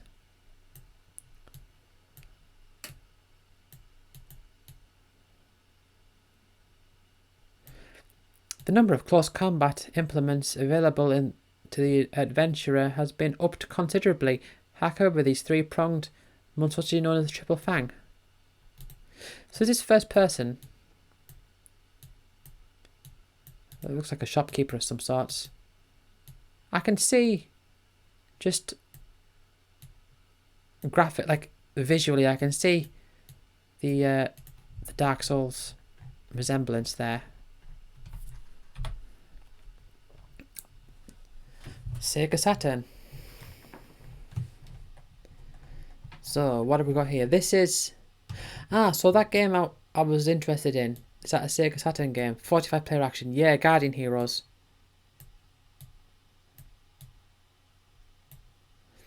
As is the case with the PlayStation Gear this month, the quality level of imports has dropped dramatically. Two new releases, Mobile Suit Gundam and Godzilla, are particularly bad examples of Saturn games.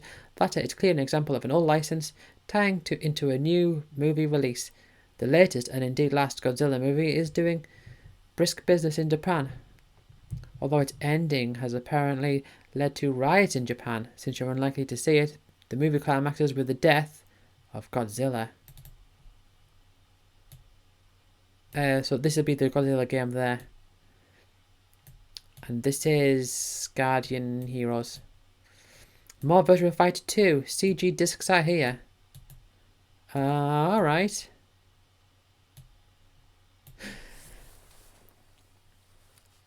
I think I've seen that, like on the internet somewhere. The Virtua Fighter 2 like visuals. I don't know visuals. Like sort of FMVs. Gun Griffin. King of Fighters 95. So King of Fighters 95, that's what I was thinking before. That other fighting game we were looking at before. I was thinking of King of Fighters. But I can't remember what it was called, the one we were looking at before.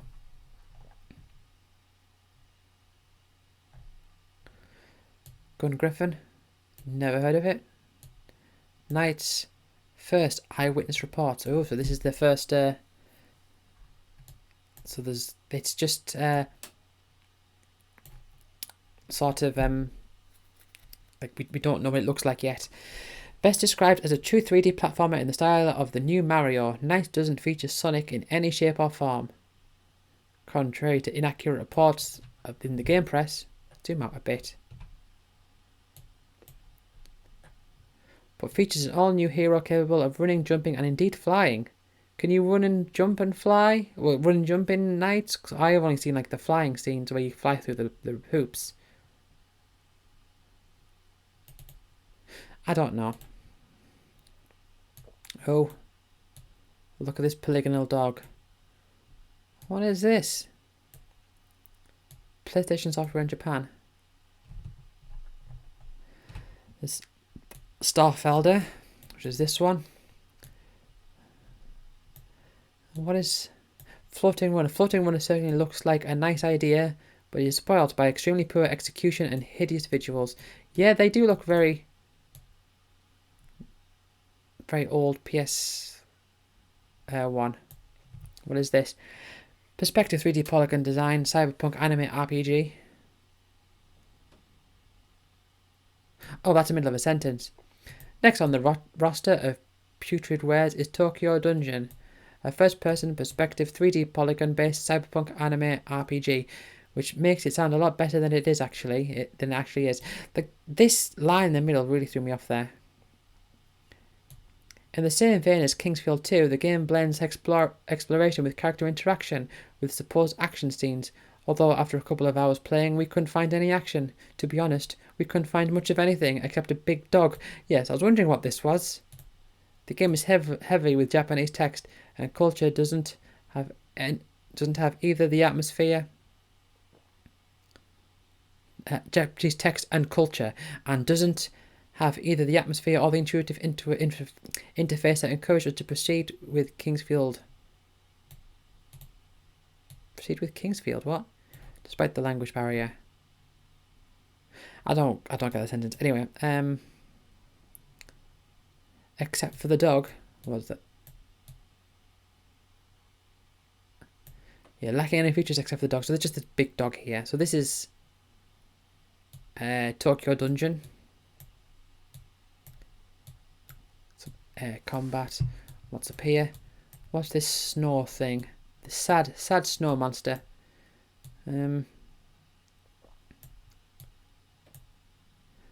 Robopit? At least Robopit provided a few brief minutes of enjoyable novelty before being relegated to the netherworld depths of Maximum Game Cupboard. Finally, saving the best for last, we have the Asmic Ace Combat Clone Sidewinder, which will be the bottom one there. So, hold on. Right, Actron's Robopit can be easily described as a hybrid of Jumping Flash and Tekken. Well, I can't say I understand what that means. I mean, I know what the games are, but I can't imagine what that would be. Notably not as good as either. Admittedly, it must have seemed like a good idea at the time, construct your robot from a selection of various parts, including a large range of weapon arms, before leaping into the ring and doing battle with one of 100 other mechanized opponents. Okay, so is that...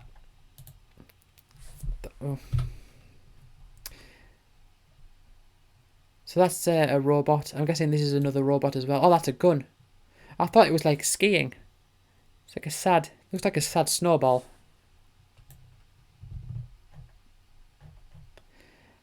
Hang on to your money, just wait for the forthcoming Jumping Flash 2 and Resident Evil. I don't remember Jumping Flash 2. Does that exist? Here we have Formula 1. I had this game, and I had Formula 197, but I don't remember there being any difference. In their quest to make the ultimate racing game, Psygnosis, or Cynosis, however you want to pronounce that, appear to have all bases covered in their forthcoming game. Maximum's opinion of the first early alpha demo, one track, a few cars, and little else, is of a potentially stunning road racer. One thing that the budding Schumakers won't have to worry about is the sheer speed of the title. The game runs at a super smooth 30 frames that's the same as the Virtual Racing 30 frames a second. That's the same as the Virtual Racing arcade machine. There was another game earlier on where they were complaining about something running at 30 FPS, and now they're praising something with 30 FPS. So I don't know, different standards for different systems or different genres maybe, or maybe just different people writing it.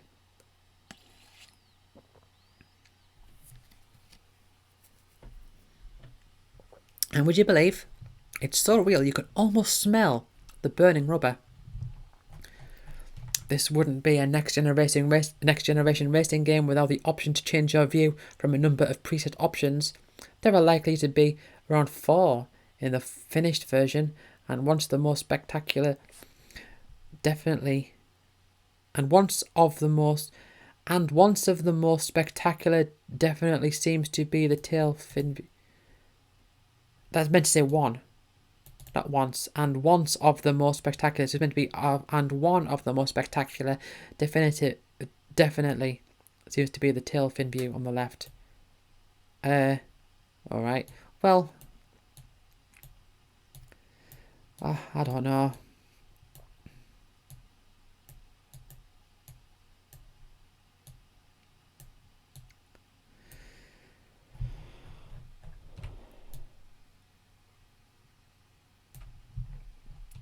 Although primarily designed as a speedy arcade-style racer, the level of realism in Zynota's F1 is impressive, a collaboration with the Top Flight racing team,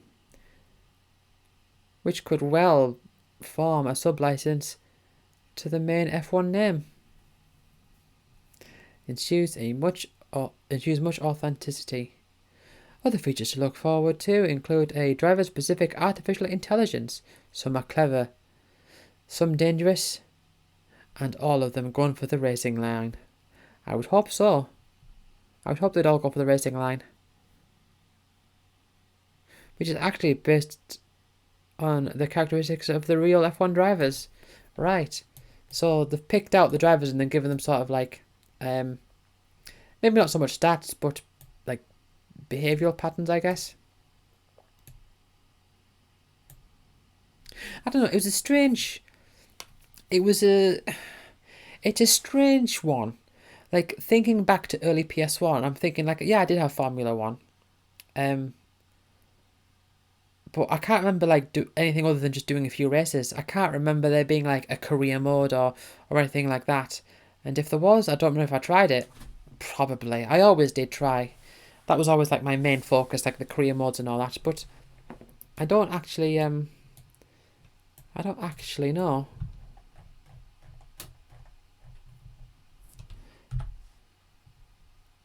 Rolling Start. Whoa! Gensou Suikoden. I've played this game. Didn't play it when it came out. I played it years later because a friend let me borrow it.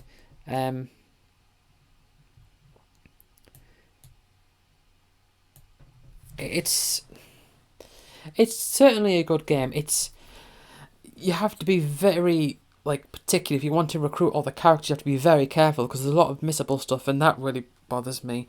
And I also don't like how the experience is calculated because, it's like if it takes 1,000 experience. It's one of those things where it takes 1,000 experience per level to level up, but killing enemies, gives you more experience if you're a low level, but it over accounts for it. So say if you're like level 2 and you defeat an enemy, then that takes you to level 4. So say that takes you to level 5 because the enemy's really powerful. But if you're level 3 and you defeat the enemy, you might then only go to level 4, so you actually get less experience. And I don't think that was intentional. Up to 108 different allies to recruit in this Konami classic. Yeah, I mean, it is interesting. You can get like so many characters, but most of them there's no real much point of using. Some of them have special effects on them, like Stallion allows you to run faster on the world map and all that. That was interesting, but still, there are a few characters that, like here we have Tur and Victor and Flick and Pan and Gremio, and I don't remember her name, but yeah, you get some of them, like Cleo, that are like the main ones that get more like screen time naturally. And I think like when you go to the final dungeon, for example, you have to play as Flick and Victor and Tur.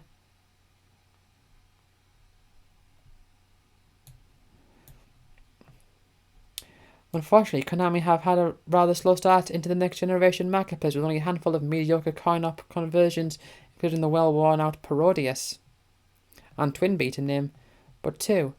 Only now, a year since the new hardware was released in Japan, are we getting a glimpse of Konami's, spelled with two eyes, true potential with a new wave of original titles, the most promising of which is Gensou Suikoden, an exciting RPG loosely based on the famous Chinese novel Suikoden.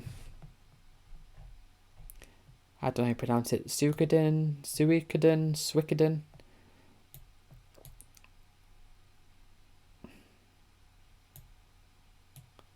And look at these screenshots. PlayStation Visual Power is put to work with a series of battle-oriented scenarios. Yeah.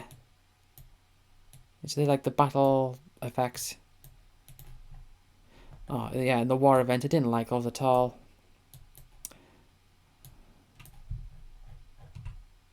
Right. Oh god, I remember that giant flower. I remember it. The game has so many features, it could easily make extended player status, but for the purpose of this news feature, we've decided to stick the main features in you'll find in the title. Puzzle solving of a typical role-playing game, but increases the scope of combat previous untrimmed levels. There's no doubting the game's variety. Up to 108 different characters can join your party, and each has their own specialized attributes. The game utilizes the PlayStation's 3D capabilities in providing various zooming in and out activities along some spectacular special effects. These crop up when you use the magic system, which results in some positively mind-bending effects. Also evident here is plenty of attention to detail. Yeah, they do have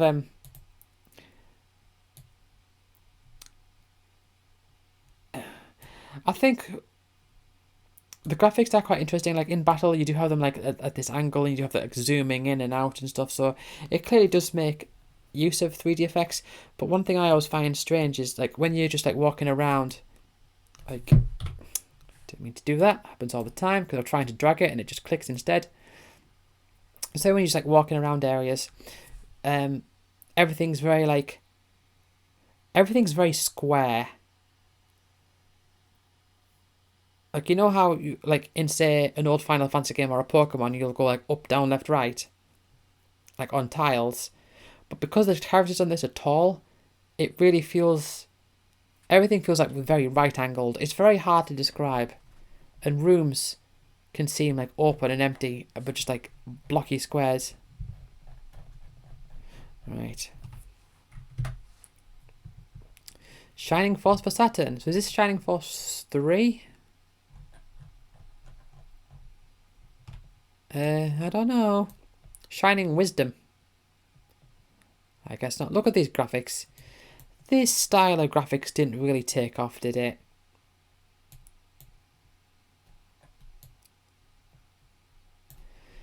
Despite the simplicity of the in-game characters and backdrops, Shining Wisdom is fronted up by some pretty impressive renders. Well, opposite of what I've just been saying. It looks a bit like the old East games with these graphics, with the in-game graphics. Although an English translation of the title has already appeared in the UK at Sega's offices, it seems unlikely they will release the title over here, as traditionally RPGs have never been incredibly successful in this country. You know, that might explain in part why I've never really got into. I mean, I got into RPGs at as Pokemon, Pokemon Red, then Azure Dreams, and Final Fantasy VIII. And they were like my first few RPGs that really introduced me to RPGs. But before then, throughout the entirety of my single-digit age, I never encountered a single RPG. Whereas, you hear some people who are like, oh, I started, like my first game was an RPG, or after, like I discovered this game or whatever. But for me, it took a good few systems before I actually was introduced to them. We have the Sega's best footy simulation to date, Actual Soccer. But as we all know, Actual Soccer 2 is the only football game anyone's ever needed. So, it's not quite there yet. And we have Actual Golf. Yes. So Actua, where does that... Does Actua mean anything? Because I use it a lot. Capcom strikes twice, Darkstalkers nears completion. Yeah, another fighting game, one that I've seen pictures of, like this character here. I don't know her name, but I've seen her around. Launch of Arcade Street Fighter Alpha 2. But it wasn't... They were talking about that earlier, were they? Or were they talking about Alpha 1? I think they were talking about Alpha 1, I don't know. But hey, you want some nostalgia? Look at these. If you're in the UK, That'll be Access, Switch. That'll be nostalgic. I haven't seen those for a long time. MasterCard and Visa are still around, but those two, I've not seen them for ages. So we have some adverts. This is Cooper Black. That font is Cooper Black. And I've got these 90s fonts up here.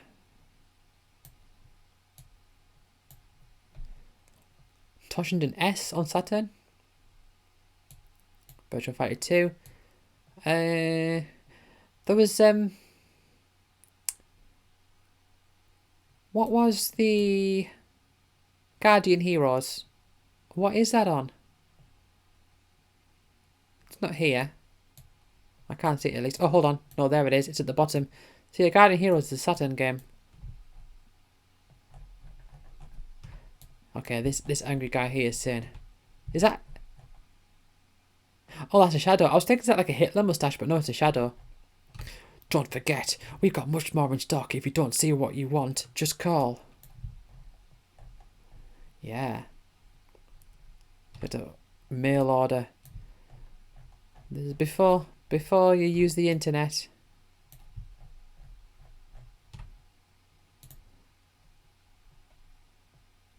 Syndicate Wars.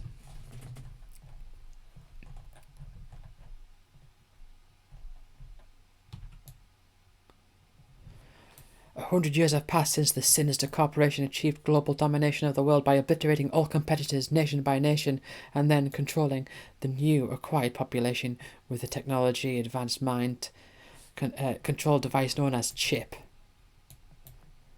At massive cost, the chip was grafted directly into the central nervous system of every single indigenous citizen, directly altering their perception of reality to correspond with the needs of the corporation. Once the chip is in place, the pacified recipient is rendered ignorant of the grim reality of everyday life and is purified of any rebellious ambition. That reminds me of a Black Mirror episode. Men Against Fire, I think. Not one of the best. So that's the story, but there's the gameplay. Is it like an overhead sort of deal here? As a syndicate corporate exec, your mission is to place the corporation back in control and further own your own career. At the start of the first mission, there appears to be nothing pressing except have some agents do some menial work in London. However, during this mission, the church released the harbinger virus across the globe, disabling many citizen chips and causing more people to drop out of syndicate control. So you're on the side of the people implanting the chips? It sounds like they would be the villains, but no. I don't think it's like a, oh, we'll find out eventually and turn on them sort of deals. I mean, maybe. An Otherworld Research Group, org, is formed to investigate. That's from the previous sentence, never mind. While experimenting with the alien technology, the org discover enlightenment and splinter off from the syndicate and continue their research underground. Enlightenment. So that's like undoing what the effects of the chips make you think. But look, we have a map of that's Earth, that. And we have a list of the different equipment. I do love seeing like menu screens and all that. I think I always find that menu screens are a good barometer. They're a good thing to like look at if you want to see like what a game's like. If you look at the menu screen, it can give you sort of an idea as to how many like different like base options there are, I guess. I mean, not necessarily, but anyway, Sega AM Department Arcade update. So this is weird. Virtua Kids, Jackie and Sarah face off in a super deformed fashion. Don't hold your breath for a UK release. No, I wouldn't. And there's this Sonic the Fighters. Sonic and Knuckles. Knuckles has appeared in the latest batch of Sonic fighting game screenshots. Released by AM2, expect some excellent backdrop interaction in this title. I think that's Sonic the Fighters. And what is this?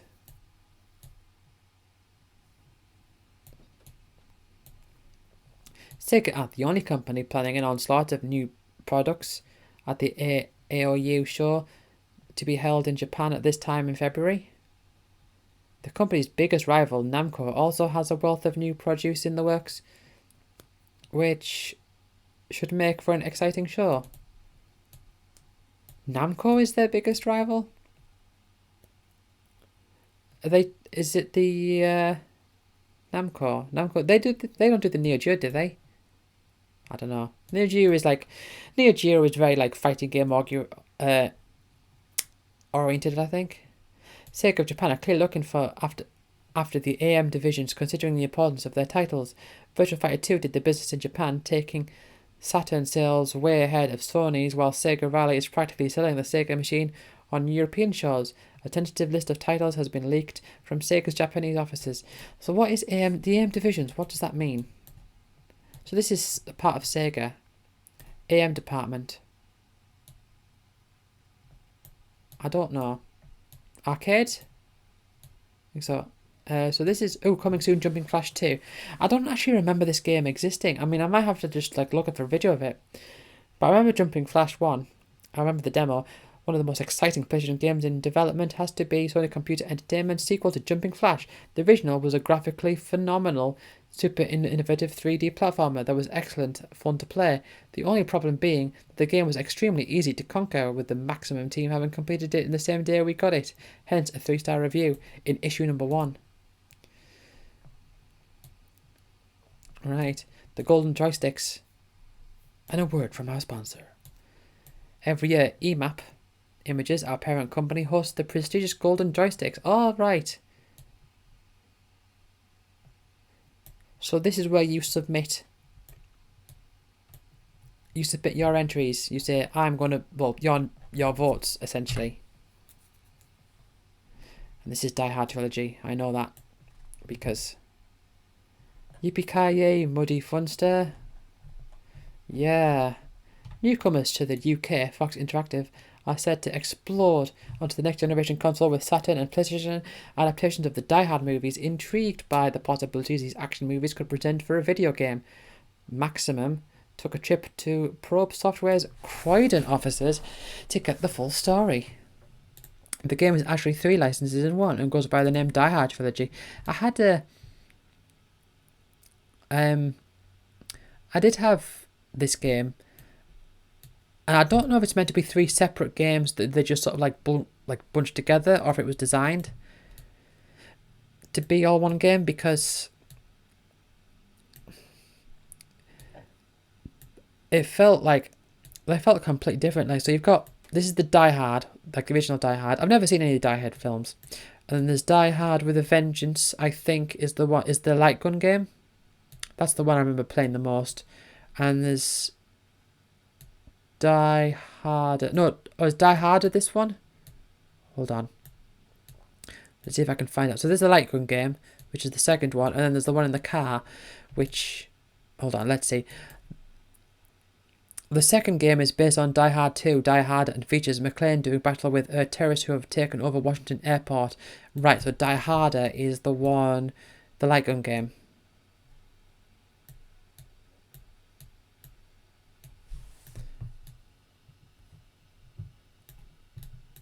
Oh, subscribe now, ring the credit card hotline. What? Oh. Get 14 issues for the price of 12. So this is like subscribing to the magazine.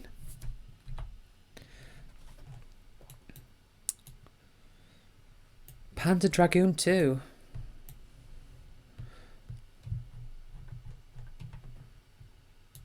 So sort of like a flight shooter sort of deal. As you might expect, this has a limitation on the amount of times it can be used. Oh, what are they talking about there? What are they talking about? This was available. The first game basically gives you the ability to select all your weapons off at once. Ah, right. Yeah, once per level or something. But the visual effect is most impressive indeed. Hopefully, Andromeda will be programming in some additional weaponry for the final version. However, probably more impressive than the stark landscapes of the first level are the subsequent 3 levels in the game, 2 of which are over half finished. All 3 of the levels include huge, intricately detailed bosses and the action is more frenetic than ever.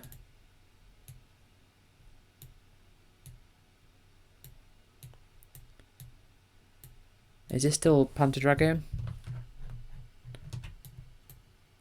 Panzer Dragoon? Yeah, Panzer Dragoon 2.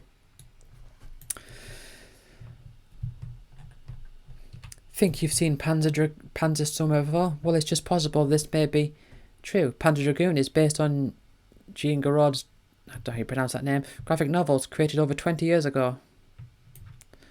Okay. Well. Panzer 2 also features a great inline game full motion CG movies, which are set to expand the storyline. Although nothing concrete has been confirmed as of yet, it is believed that this will help set the scene for forthcoming Panzer Dragoon role-playing games.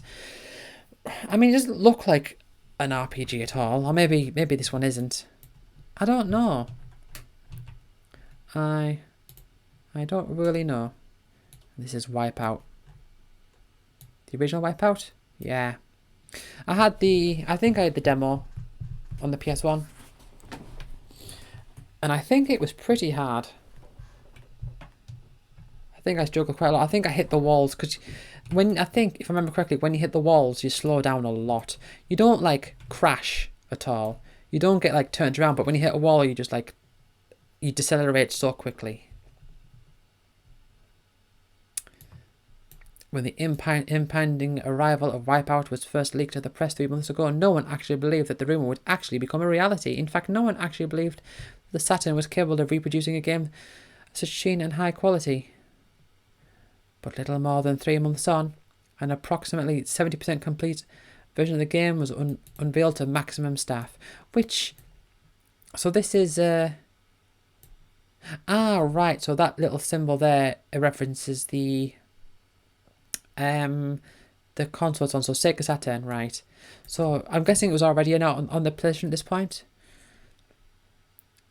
The popularity of the PlayStation was given welcome boost by the arrival of a certain racing game from Psygnosis. Yeah, okay. And there it is once again, a certain racing game from Psygnosis, rather than just calling it Wipeout, which sold a copy for every PlayStation sold in the week of its release.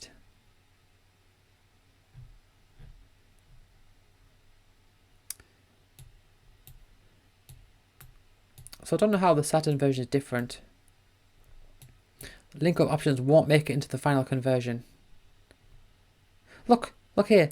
The Chemical Brothers.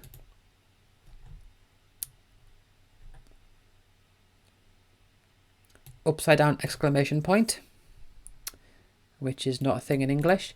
Naturally, the most eagerly awaited feature in the game is the link-up facility. We're pretty sad to announce that this feature will not make it into the final Saturn version.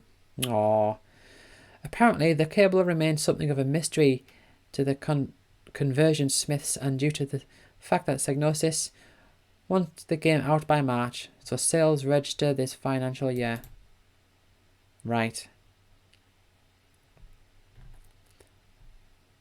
So these like blue titles here are just there to say like give you like a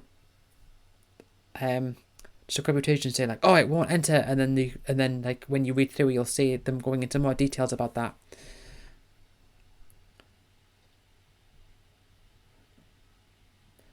Right. Okay. Got like 30 pages left. 30 pages just means like 15 like turns of the page, I guess. Oh, maximum letters. Please let this be as fun as what they have been in the PlayStation ones. Although this magazine seems more serious than PlayStation Magazine. Or PlayStation Magazine was a bit of a lads mag sort of deal. This one, they seem to, I don't know, seems a bit more hardcore as it was. First great issue, keep it going. My question is, with the huge potential of the next generation consoles, has anyone thought of a 3D Mortal Kombat style game? I'm a huge beat 'em up fan, and the thought of beating up a digitized 3D character and then bestowing some suitably grisly end makes my toes tingle. Also, what about 3 or more fighters in the ring at the same time? My other thought was, A Streets of Rage style game with your favourite Street Fighter or Mortal Kombatists. Oh.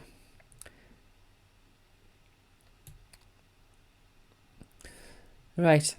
I was hoping for a 4-player link-ups for Virtua Fighter 3. Although the control method to deal with attacks from all directions would doubtless be a nightmare to design, yet alone implement, any road up we're quite happy to go on record to say the entire team is not at all impressed with Mortal Kombat. It's a myriad sequels, conversions, or clones. So yeah, very. I mean, talking here about Killer Instinct, so it's very, again, very fighting game oriented. As an older games player, your magazine is refreshing, and it's one I can actually use for tips on games and cheats on the latest games. And as for the reviews, you guys are spot on. You must play them until they break. Now, I don't want this letter to sound like a geeky console mag letter that will get filed in the bin, but I hope you can answer some questions.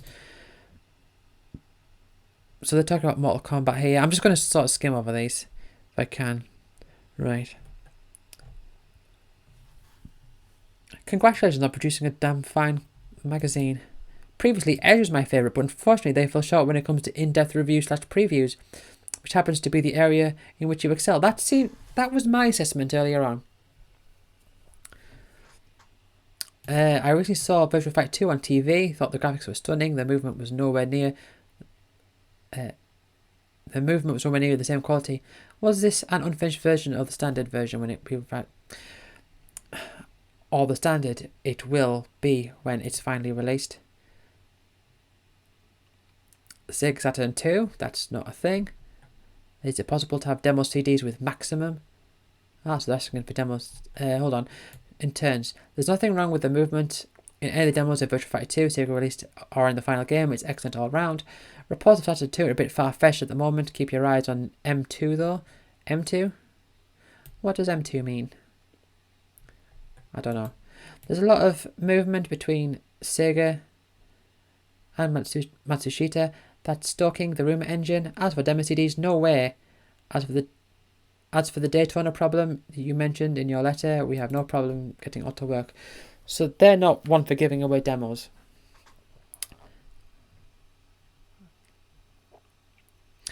Alas, there is one minor quibble, and it is not a recurring one. In issue 3, page 112, Maximum News covered Age of Street Fighter Zero for PlayStation. In the 4th paragraph of the main body text you quote, "But we can exclusively reveal them on this page," referring to different methods of selecting Akuma, Dan and M. Bison. Please could you let me know if that was a mistake, as I can't seem to find the cheats on there near the page. I assure you that I will soon be subscribing to your magazine. Best of luck for the future. Oh dear, we've been rumbled. Due to our lack of communication coupled with the unusual and possible deadlines, a mistake was made. The codes you mentioned should be found in this month's extended play. Also, our new section should contain pictures of Street Fighter 02. Check it out. The Essential Review Buying Guide. So this is like comparing games across different systems.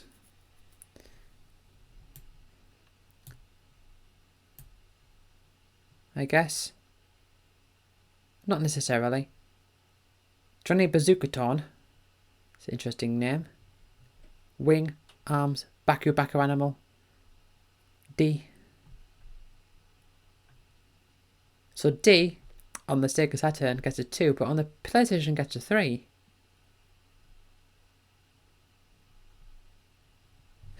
Yeah. So it's definitely... Maximum feels to me like it's got a very particular, like I say, it's focused on fighting games. It's focused, like it mentions like the 3DO and all that, but it doesn't really mention Nintendo at all. I wonder if that's anything to do with, I mean, I don't know how it was back then, but I know now Nintendo are very protective over their properties. So I wonder if that has anything to do with it. But they recommend Heretic. Yeah, they went through that game. Chrono Master, I don't think they've gone over that. Fatal Fury, that's the one I was getting confused with King of Fighters. Fatal Fury, Wheelbarrow Fatal Fury. Baku Animal. That's a puzzle game. Street Fighter Alpha, they talked about that, I think. Oh, was it Alpha 2? Maximum's game of the month is X-Men Children of the Atom, which they went over the Juggernaut, I think. Oh, never mind. They're going over it more here. Another fighting game.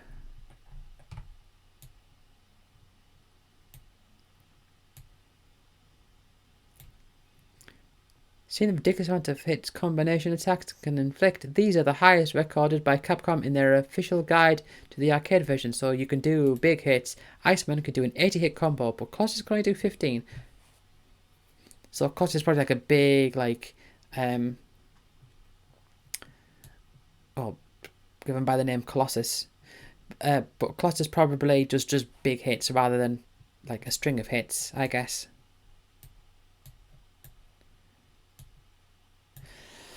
And, you know, it's getting so hot. Oh, I was happy before when it was raining, and now it's getting hot again. Oh, it'll be September soon. Half a month, a couple of weeks. Are your powers strong enough to survive the might of Magneto?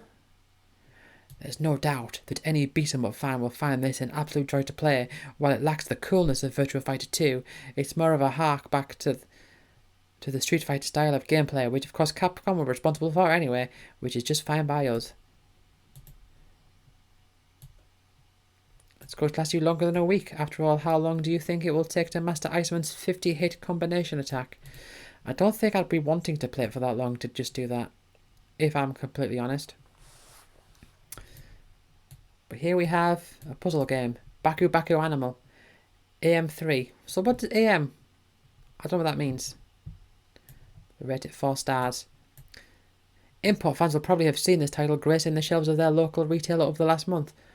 Although despite being developed by none other than AM3, it's unlikely to appeal to those addicted to technical prowess and show-offery. Let's face it,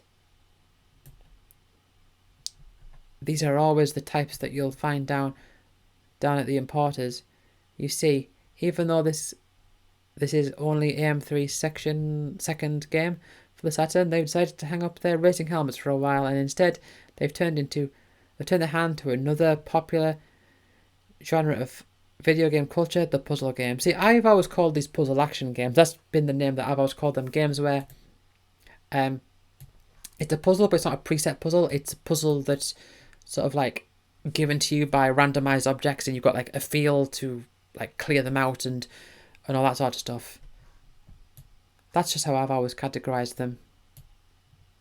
As you can see, this lying in here will be like a big, like they'll have done some, this player 1 will have done some big combo, and player 2 will be being attacked by a lion, or the other way around. Maybe they've unleashed a lion or something, I don't know. But it's got very primitive 3D graphics.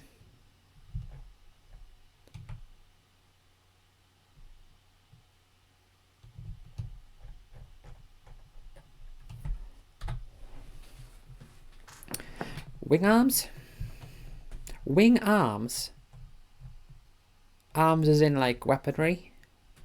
Because otherwise wing arms wouldn't make sense. Guide all manner of World War II technology into battle in this lackluster title. Now lackluster is spelled R-E. I wouldn't have thought it would have been, I thought it would have been E-R.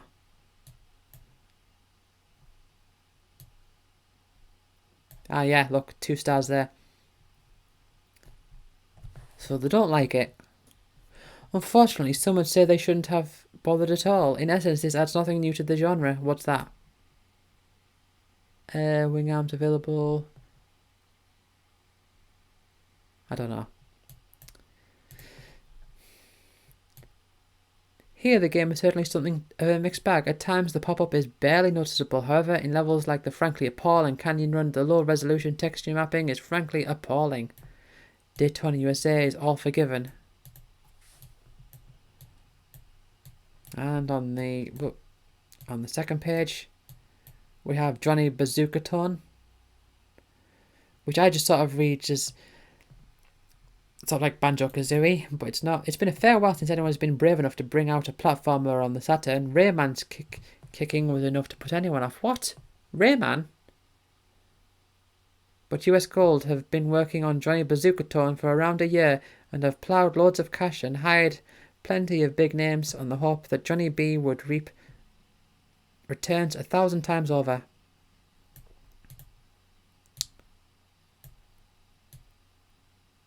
Stone Age gameplay coupled with pre-rendered sprites, no thanks. Come back Clockwork Knight, all is forgiven.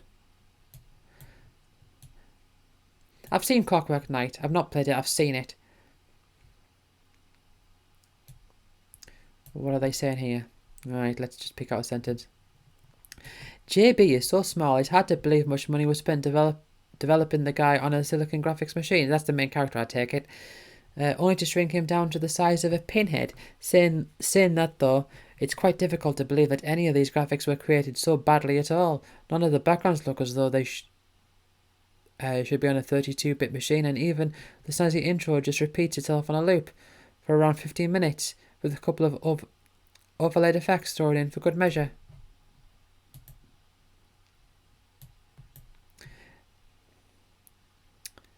There doesn't seem to be any hard and fast rules to get rid of what's that. Hold on. Enemies seem to pop up randomly out of nowhere, and to destroy them you'll need to psychic powers on par with Mystic Meg. That's a throwback. Do you remember Mystic Meg, who'd predict who would win the lottery? There doesn't seem to be any hard and fast rules to get rid of them. This is the same for the interactive scenery too. Sometimes you can jump on mushrooms or springs to get a higher part of the level, and then other times they just don't work. That'll probably be like a graphical thing, I imagine. A graphical discrepancy where things look like... Because I think when you make things more like rounded and sort of like 3D and sort of try to make it more realistic, it's harder to contextualize that within the scope of how the game controls. But this doesn't make the game more funny in a seek and you shall find way. Nope, it just makes it downright frustrating. And here we have Virtual Golf, and I don't really fancy reading anything on that. Oh. What is this?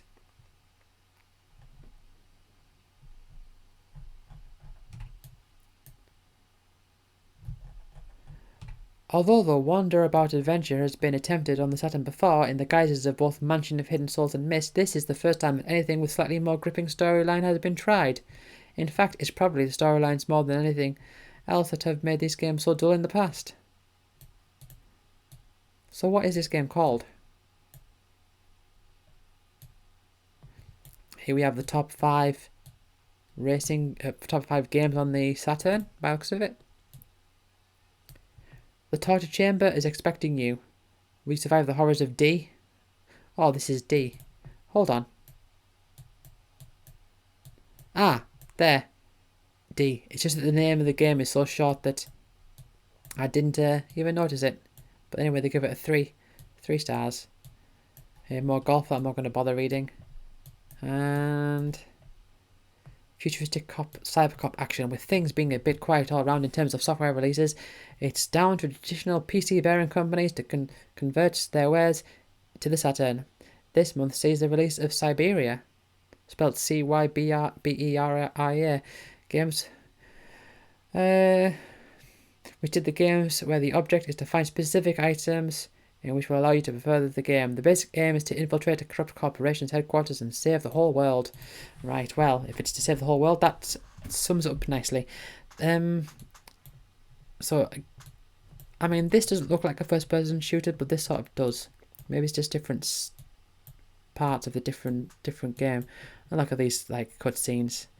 Very much gives the Sega Saturn style of like visuals, I guess.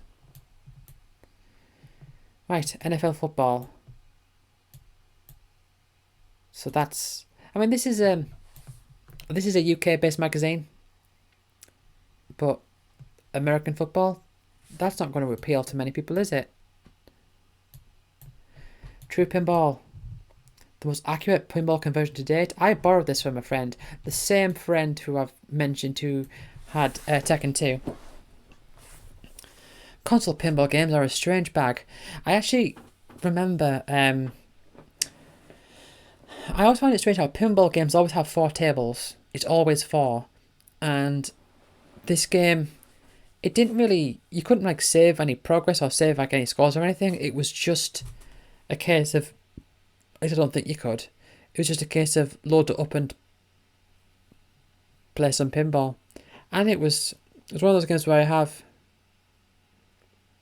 some nice memories of it. I remember I think I liked, it was either Ricochet. I don't know, no, it wasn't, was it called Ricochet? It was like the police one. It had like a mechanic in it called Ricochet, I think. And I liked the Viking level. There was also the beach level, this one here. And I can't remember what else there was. There's the Viking, the police one, the beach one, and another one I can't remember. Let's see if it says here. Right.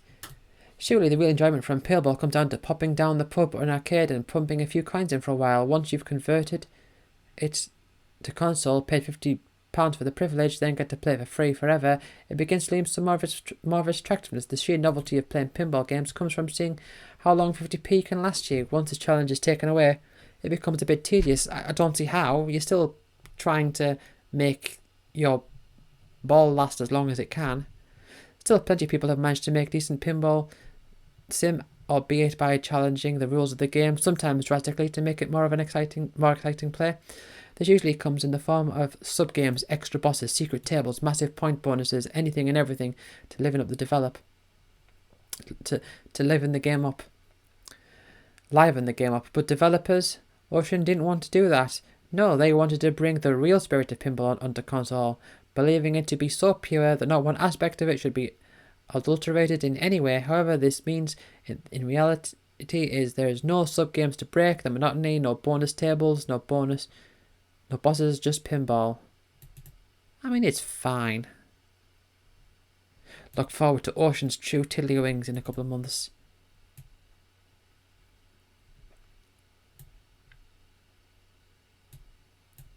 I don't think it's fair to say.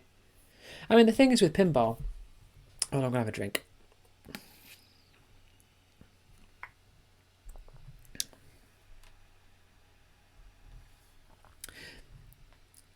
The thing is with pinball is that... Oh, hold on 1 second. Right. The thing with pinball is that it seems very chaotic, but there are still like very specific ways to get points, like very like tasks to complete and things that multiply points and all that. And there is a real skill in getting to know those things. And I think that is where like the real like skill sort of shines, even if it does feel chaotic. I mean, it's fine. It's not. I mean, I wouldn't rate it high, but I think to complain about it, just as long, just say like, I mean, okay, granted when it comes out, if it costs like the price of a full game, then fine. Yeah, you can say that, but I would think it's one of those games where it's like, if you can get it dead cheap, it's alright. If you like pinball, go for it. FIFA Soccer 96. Not Actual Soccer 2, which is the only football game we ever need. I'm going to run that joke into the ground. And I've never played this one. I had FIFA 98. Right. Street Fighter Alpha. Didn't they go through this already? Or was that Alpha 2? The ultimate arcade conversion hits PlayStation. Alpha is truly arcade perfect. So that might be the arcade version of Alpha 2 that went through before. I think.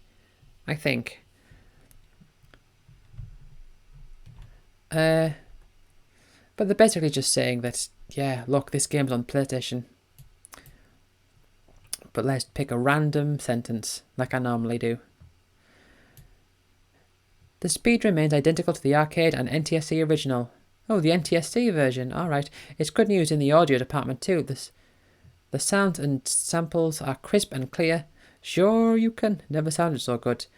With big hits producing suitably bass, reverberating results. The music's good too. With a fine selection of tunes pumping away in the background, catchy yet unobtrusive, as they should be in a beat 'em up. Fans of the arcade will appreciate the option to choose between either the CD remix versions or the originals, and true Capcom devotees will notice a lot of scores have been lifted from the original Final Fight arcade game. I'm curious to know when they stop saying beat 'em up for fighting games, because I feel like there was a point when that was the case. So I feel like if I look at, say, something from the 2000s, there will come a point where they stop saying beat 'em up and just say fighting game. I don't know.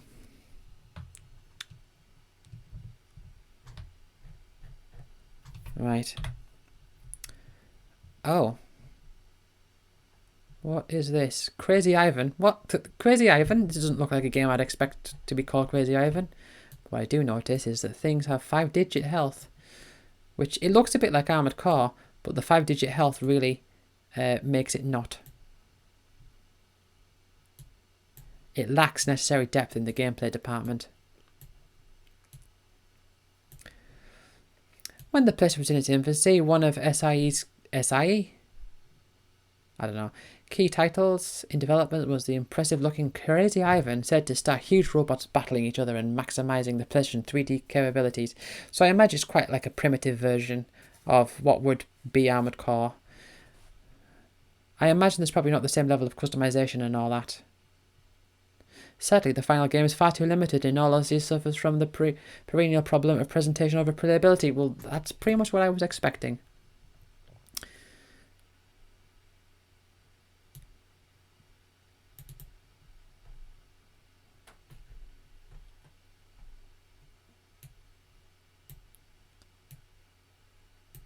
Okay, well, let's have a look at this thing just quickly. Total NBA. Oh, basketball. Yeah, Total NBA, basketball. Let's skip past that. And the most eagerly awaited PlayStation titles currently anticipated by the Maximum officers can be found in this chart. Tekken 2, Formula 1, Resident Evil, Jumping Flash 2, and X-Men.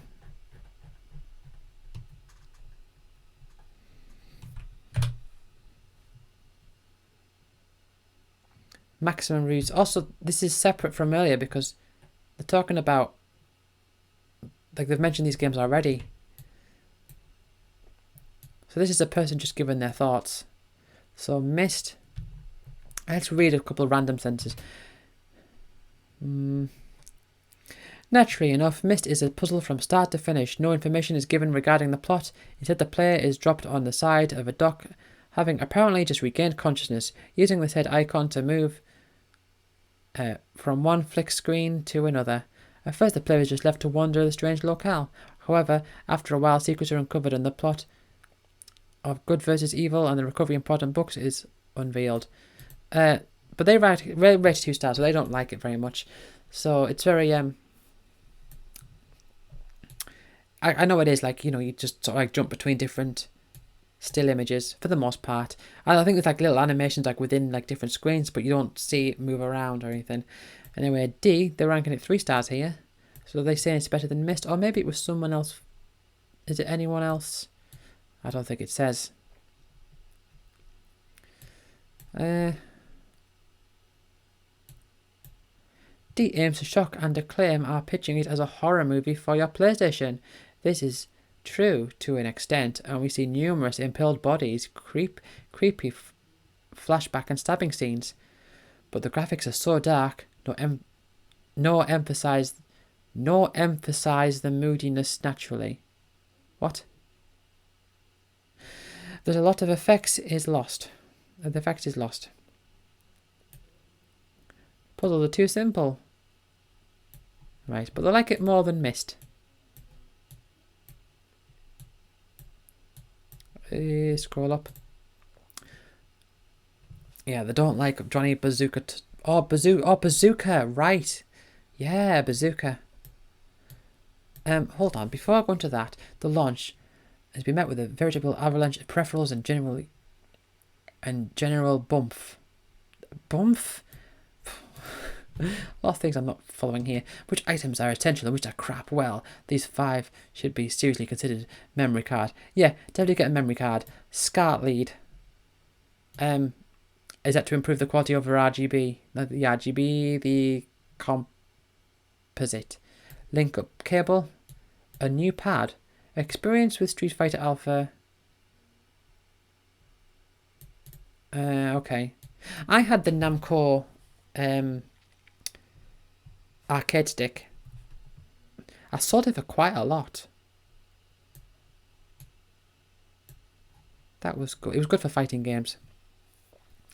While PlayStation owners are spoiled for choice in regard to 3D games, die-hard platform game fans have been limited in choice in choice to the god-awful Rayman. Why are you hating on Rayman? Okay, right. I'm thinking, why are you hating on Rayman for? Now, that's sort of like, so this Johnny Bazooka toy, I'm thinking it's probably whatever, but with them saying Rayman is awful, I'm thinking, well, Johnny Bazooka toy might actually be really good. Who knows?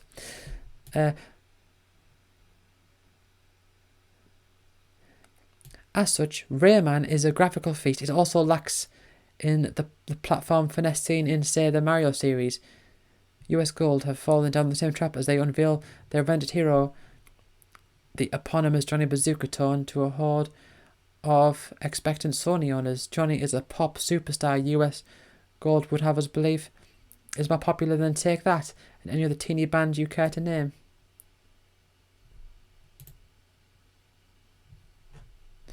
Anyway, True Pinball, a sim perhaps too close to reality. Yeah, Ricochet. See, Ricochet there is that must be the name for when you save the ball, I guess.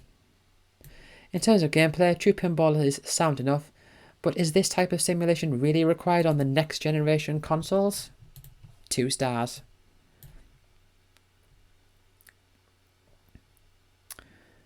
The plunger and flippers are responsive, the ball moves well and realistically, it even has a light sourcing to indicate spinning, and the tables are varied. The programmers have also used the much muted power to the PlayStation to add 3D and all the views of the table, although the difference between the views is minimal. Sadly, all this gloss fails to disguise the same faults that blight every other pinball game known to man. Basically, it just isn't pinball. What? That's the exact opposite of what you've been saying. I mean, is this a different person reviewing it? But look, a sim perhaps too close to reality. Basically, it just isn't pinball. That is it just me, or is that just a blatant contradiction? Or when I say it just isn't pinball, they're saying it's just not pinball as I know it in computer game variation. Is that what they're saying?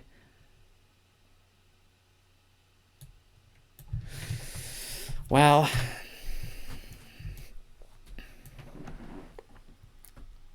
In the Hunt. Never heard of it. Oh, that looks like Metal Slug. THQ purveyors encountering of countless Ren and Stimpy games. Super NES have turned their attention to the PlayStation with a conversion of... Oh, I just knocked the microphone there. Right, okay. Oh. In the Hunt is a real blast from the past, a horizontally scrolling shoot 'em up.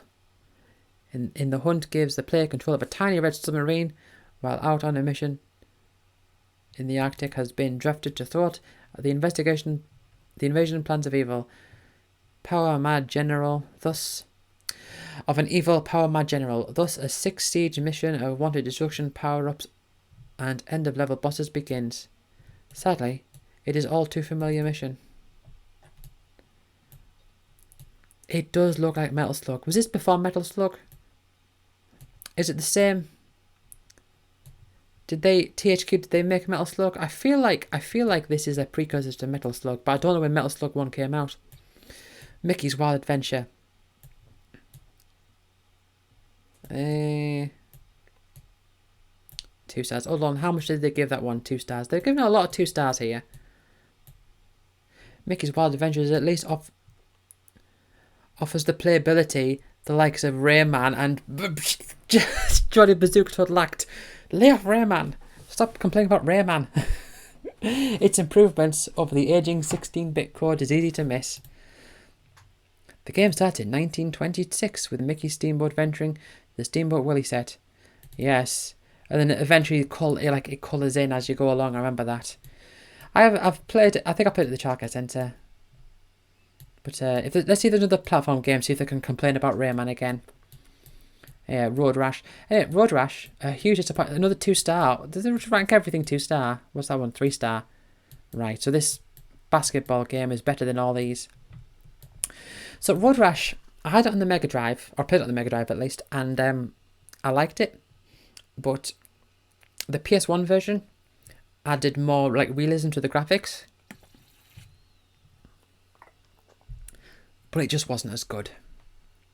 The like I know the menus are really like slow and unresponsive, and like really disgusting graphics for the characters, which I suppose it definitely was like part of the style, I guess.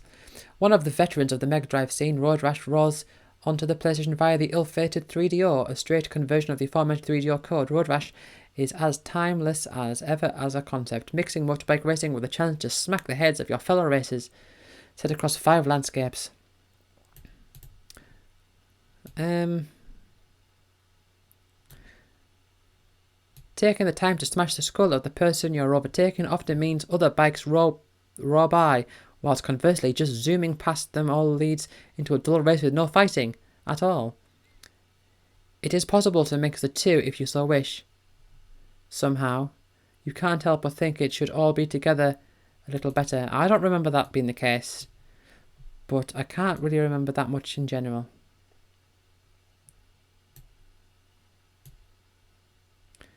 Tekken 2 experts put finger onto keyboard to gauge the 5 most popular fighting game characters in Namco's seminal 3D arcade fighting game. Just say Tekken 2 again. Just say Tekken 2 again. Or in the game, rather than Namco's seminal 3D.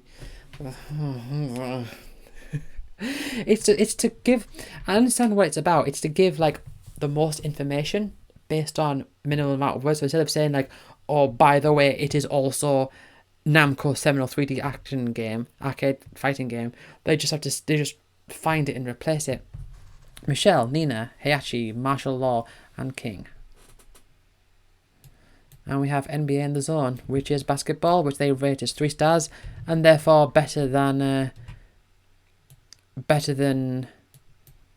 the Johnny Bazooka tone, and therefore better than Rayman. So let's move on.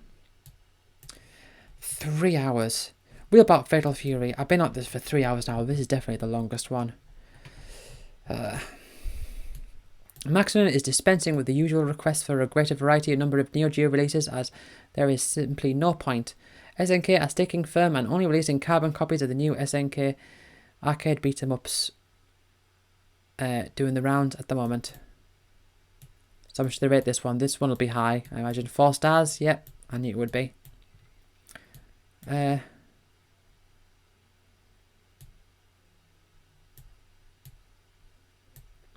As any Neo Geo owner is aware, pantaloons play a huge part in the many SNK fighting games, and Maximum has spent months studying just who has the widest trousers. Top-notch journalism. The results may come as something of a surprise. And of course, Duck King. Can't forget about Duck King.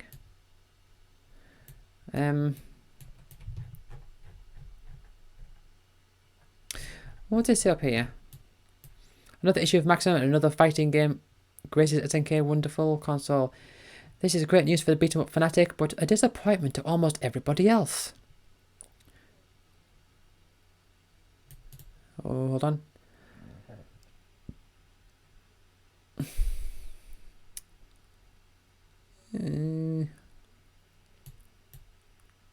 Right, okay, whatever. Alien Trilogy, have you got the stomach for it? Maybe. Heretic. This game again.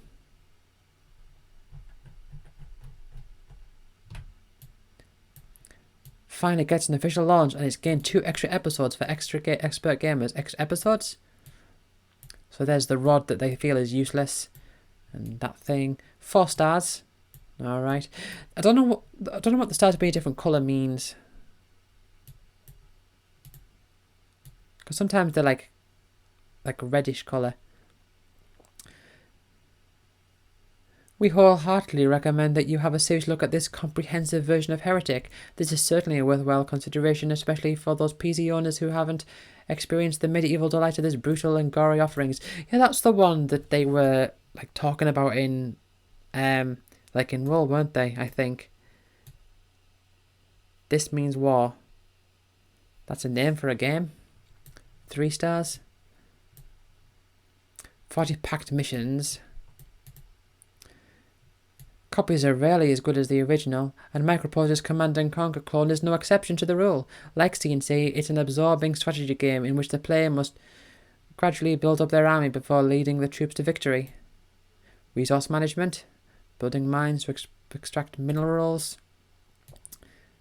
What you generally expect from RTS stuff. Earthworm Jim. Okay, hold on.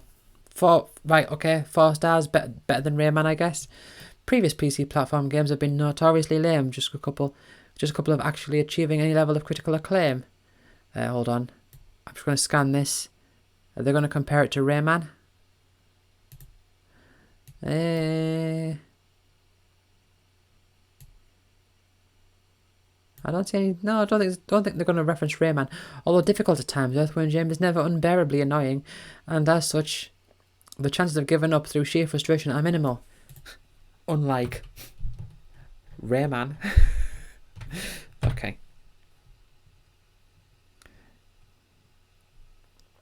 Almost there. Almost there. This has been a beast. This has been an absolute beast. Gabriel Knight, The Beast Within. Oh, well, there you go. Although fans of the first game will welcome the return of supernatural sleuth Gabriel Knight with open arms, most will find his latest mystery somewhat of a departure from the original game. I've got to say, this screenshot here, I was quite confused to what was going on. They're like offering some sort of service. So, I like things like this, like graphs and maps and charts and all that. Especially when it's like easy to read, but also like stylized. I really like it.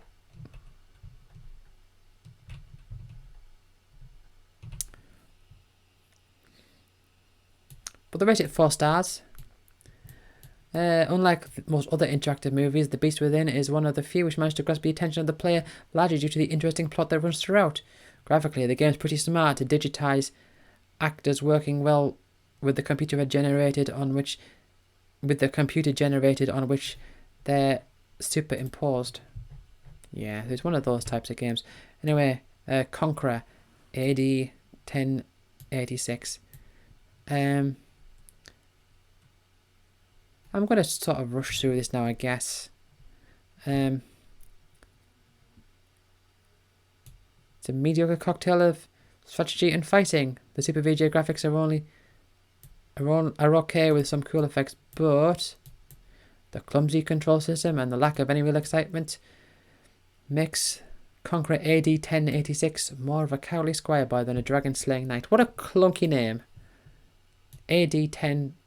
Conqueror AD 1086. Chronomaster. Lots of text for this one, not many images. Like most graphic adventures, it's if there's an object lying around, the chances are you'll need it later in the game. Unfortunately, the mouse-controlled cursor isn't intelligent. A lot of the objects are found by squinting at the screen. It's one of those. Oh, but they give it 5 stars though. So, despite all that, they must say a lot of good things about it. And Timegate is just another Alone in the Dark clone. Infogrames has gone too far. The Alone in the Dark trilogy are undeniably great games, but after milking the genre dry, surely a change of plan is necessary. Obviously not if Timegate is anything to go by. So, there's a lot of like adventure-y stuff in this part of the game. It seems this part. So this is just CD review, maximum reviews. Oh, so these are all like PC games. Is that right? I guess that sort of makes sense. The plot twists are neat. No. Like Tibbs' transformation from pathetic college student to powerful eagle warrior when he finally confronts arch enemy Wolfram. I've just spoiled the game for you. No, well, they spoiled the game. Alright. Okay. Come on. I've been at this for 3 hours now. Oh, this would be so bad if the video corrupts.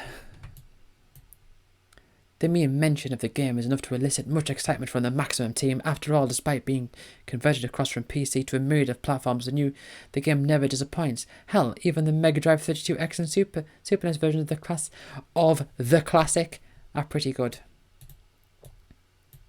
And they give Doom... Hold on. Oh, it must be good to give this a 2-page... Oh, not... What? 1 star? Worse than Rayman? I mean, maybe not worse than Rayman, but that gives me... that gives me... It's weird that they've spread this out over 2 pages to talk about how bad it is. The most eagerly awaited 3DO game in years has arrived and something terribly wrong has occurred. Our Data Interactive have handled the substandard conversion. So this is them saying like, look, Doom is a great game, but this version just, it ain't it. It ain't it, bruv. Look at they've really condensed it down to like a little portion of the screen there. It's probably part of the complaint. Okay. And here we have some shop and stuff.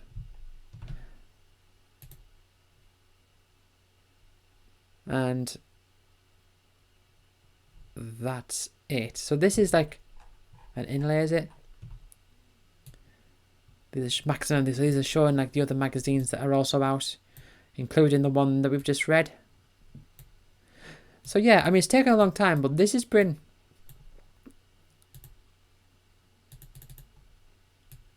Yeah, that's the end of it. So this has been... Hold on. Let's quickly... We are a small group of people dedicated to presenting a part of classic gaming that seems to be overlooked most of the time, namely classic video game magazines. Our goal is to preserve these magazines by restoring and digitizing them before they are lost forever. Oh. So this is I'm guessing this isn't part of the original. This is just this is part of the PDF here. Okay.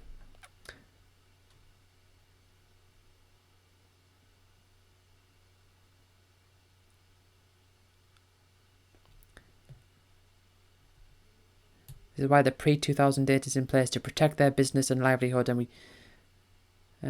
make that we... Yeah, so I think, like, it is good, like, looking at these old magazines. I do say that I would like to check something a bit more newer, like, maybe from the 2000s. But I am aware that they might actually be a bit harder to get a hold of because of copyright and all that. They might be harder to see. And... Because I get these on the Internet Archive, which, I mean, on the Internet Archive, a lot of things you can just straight up see, like watch from start to see from start to finish. But other ones you have to like choose to rent out. It's like got this limited rental system where you can rent something out for so many days, like an actual as if it was like a library with limited copies. And I think that's how they get around some of the legal stuff. So if there's anything where it's like, or you've got a limited amount of time to rent it out, then I'm not going to be covering anything like that because I don't want to. I'd rather avoid anything that's a bit dodgy like that. But these things are all available for free and legal as well. So that's okay. Anyway, this has been an absolute beast. 3 hours and 14 minutes. I was going to do a second one of these today, but I don't know if I can be bothered.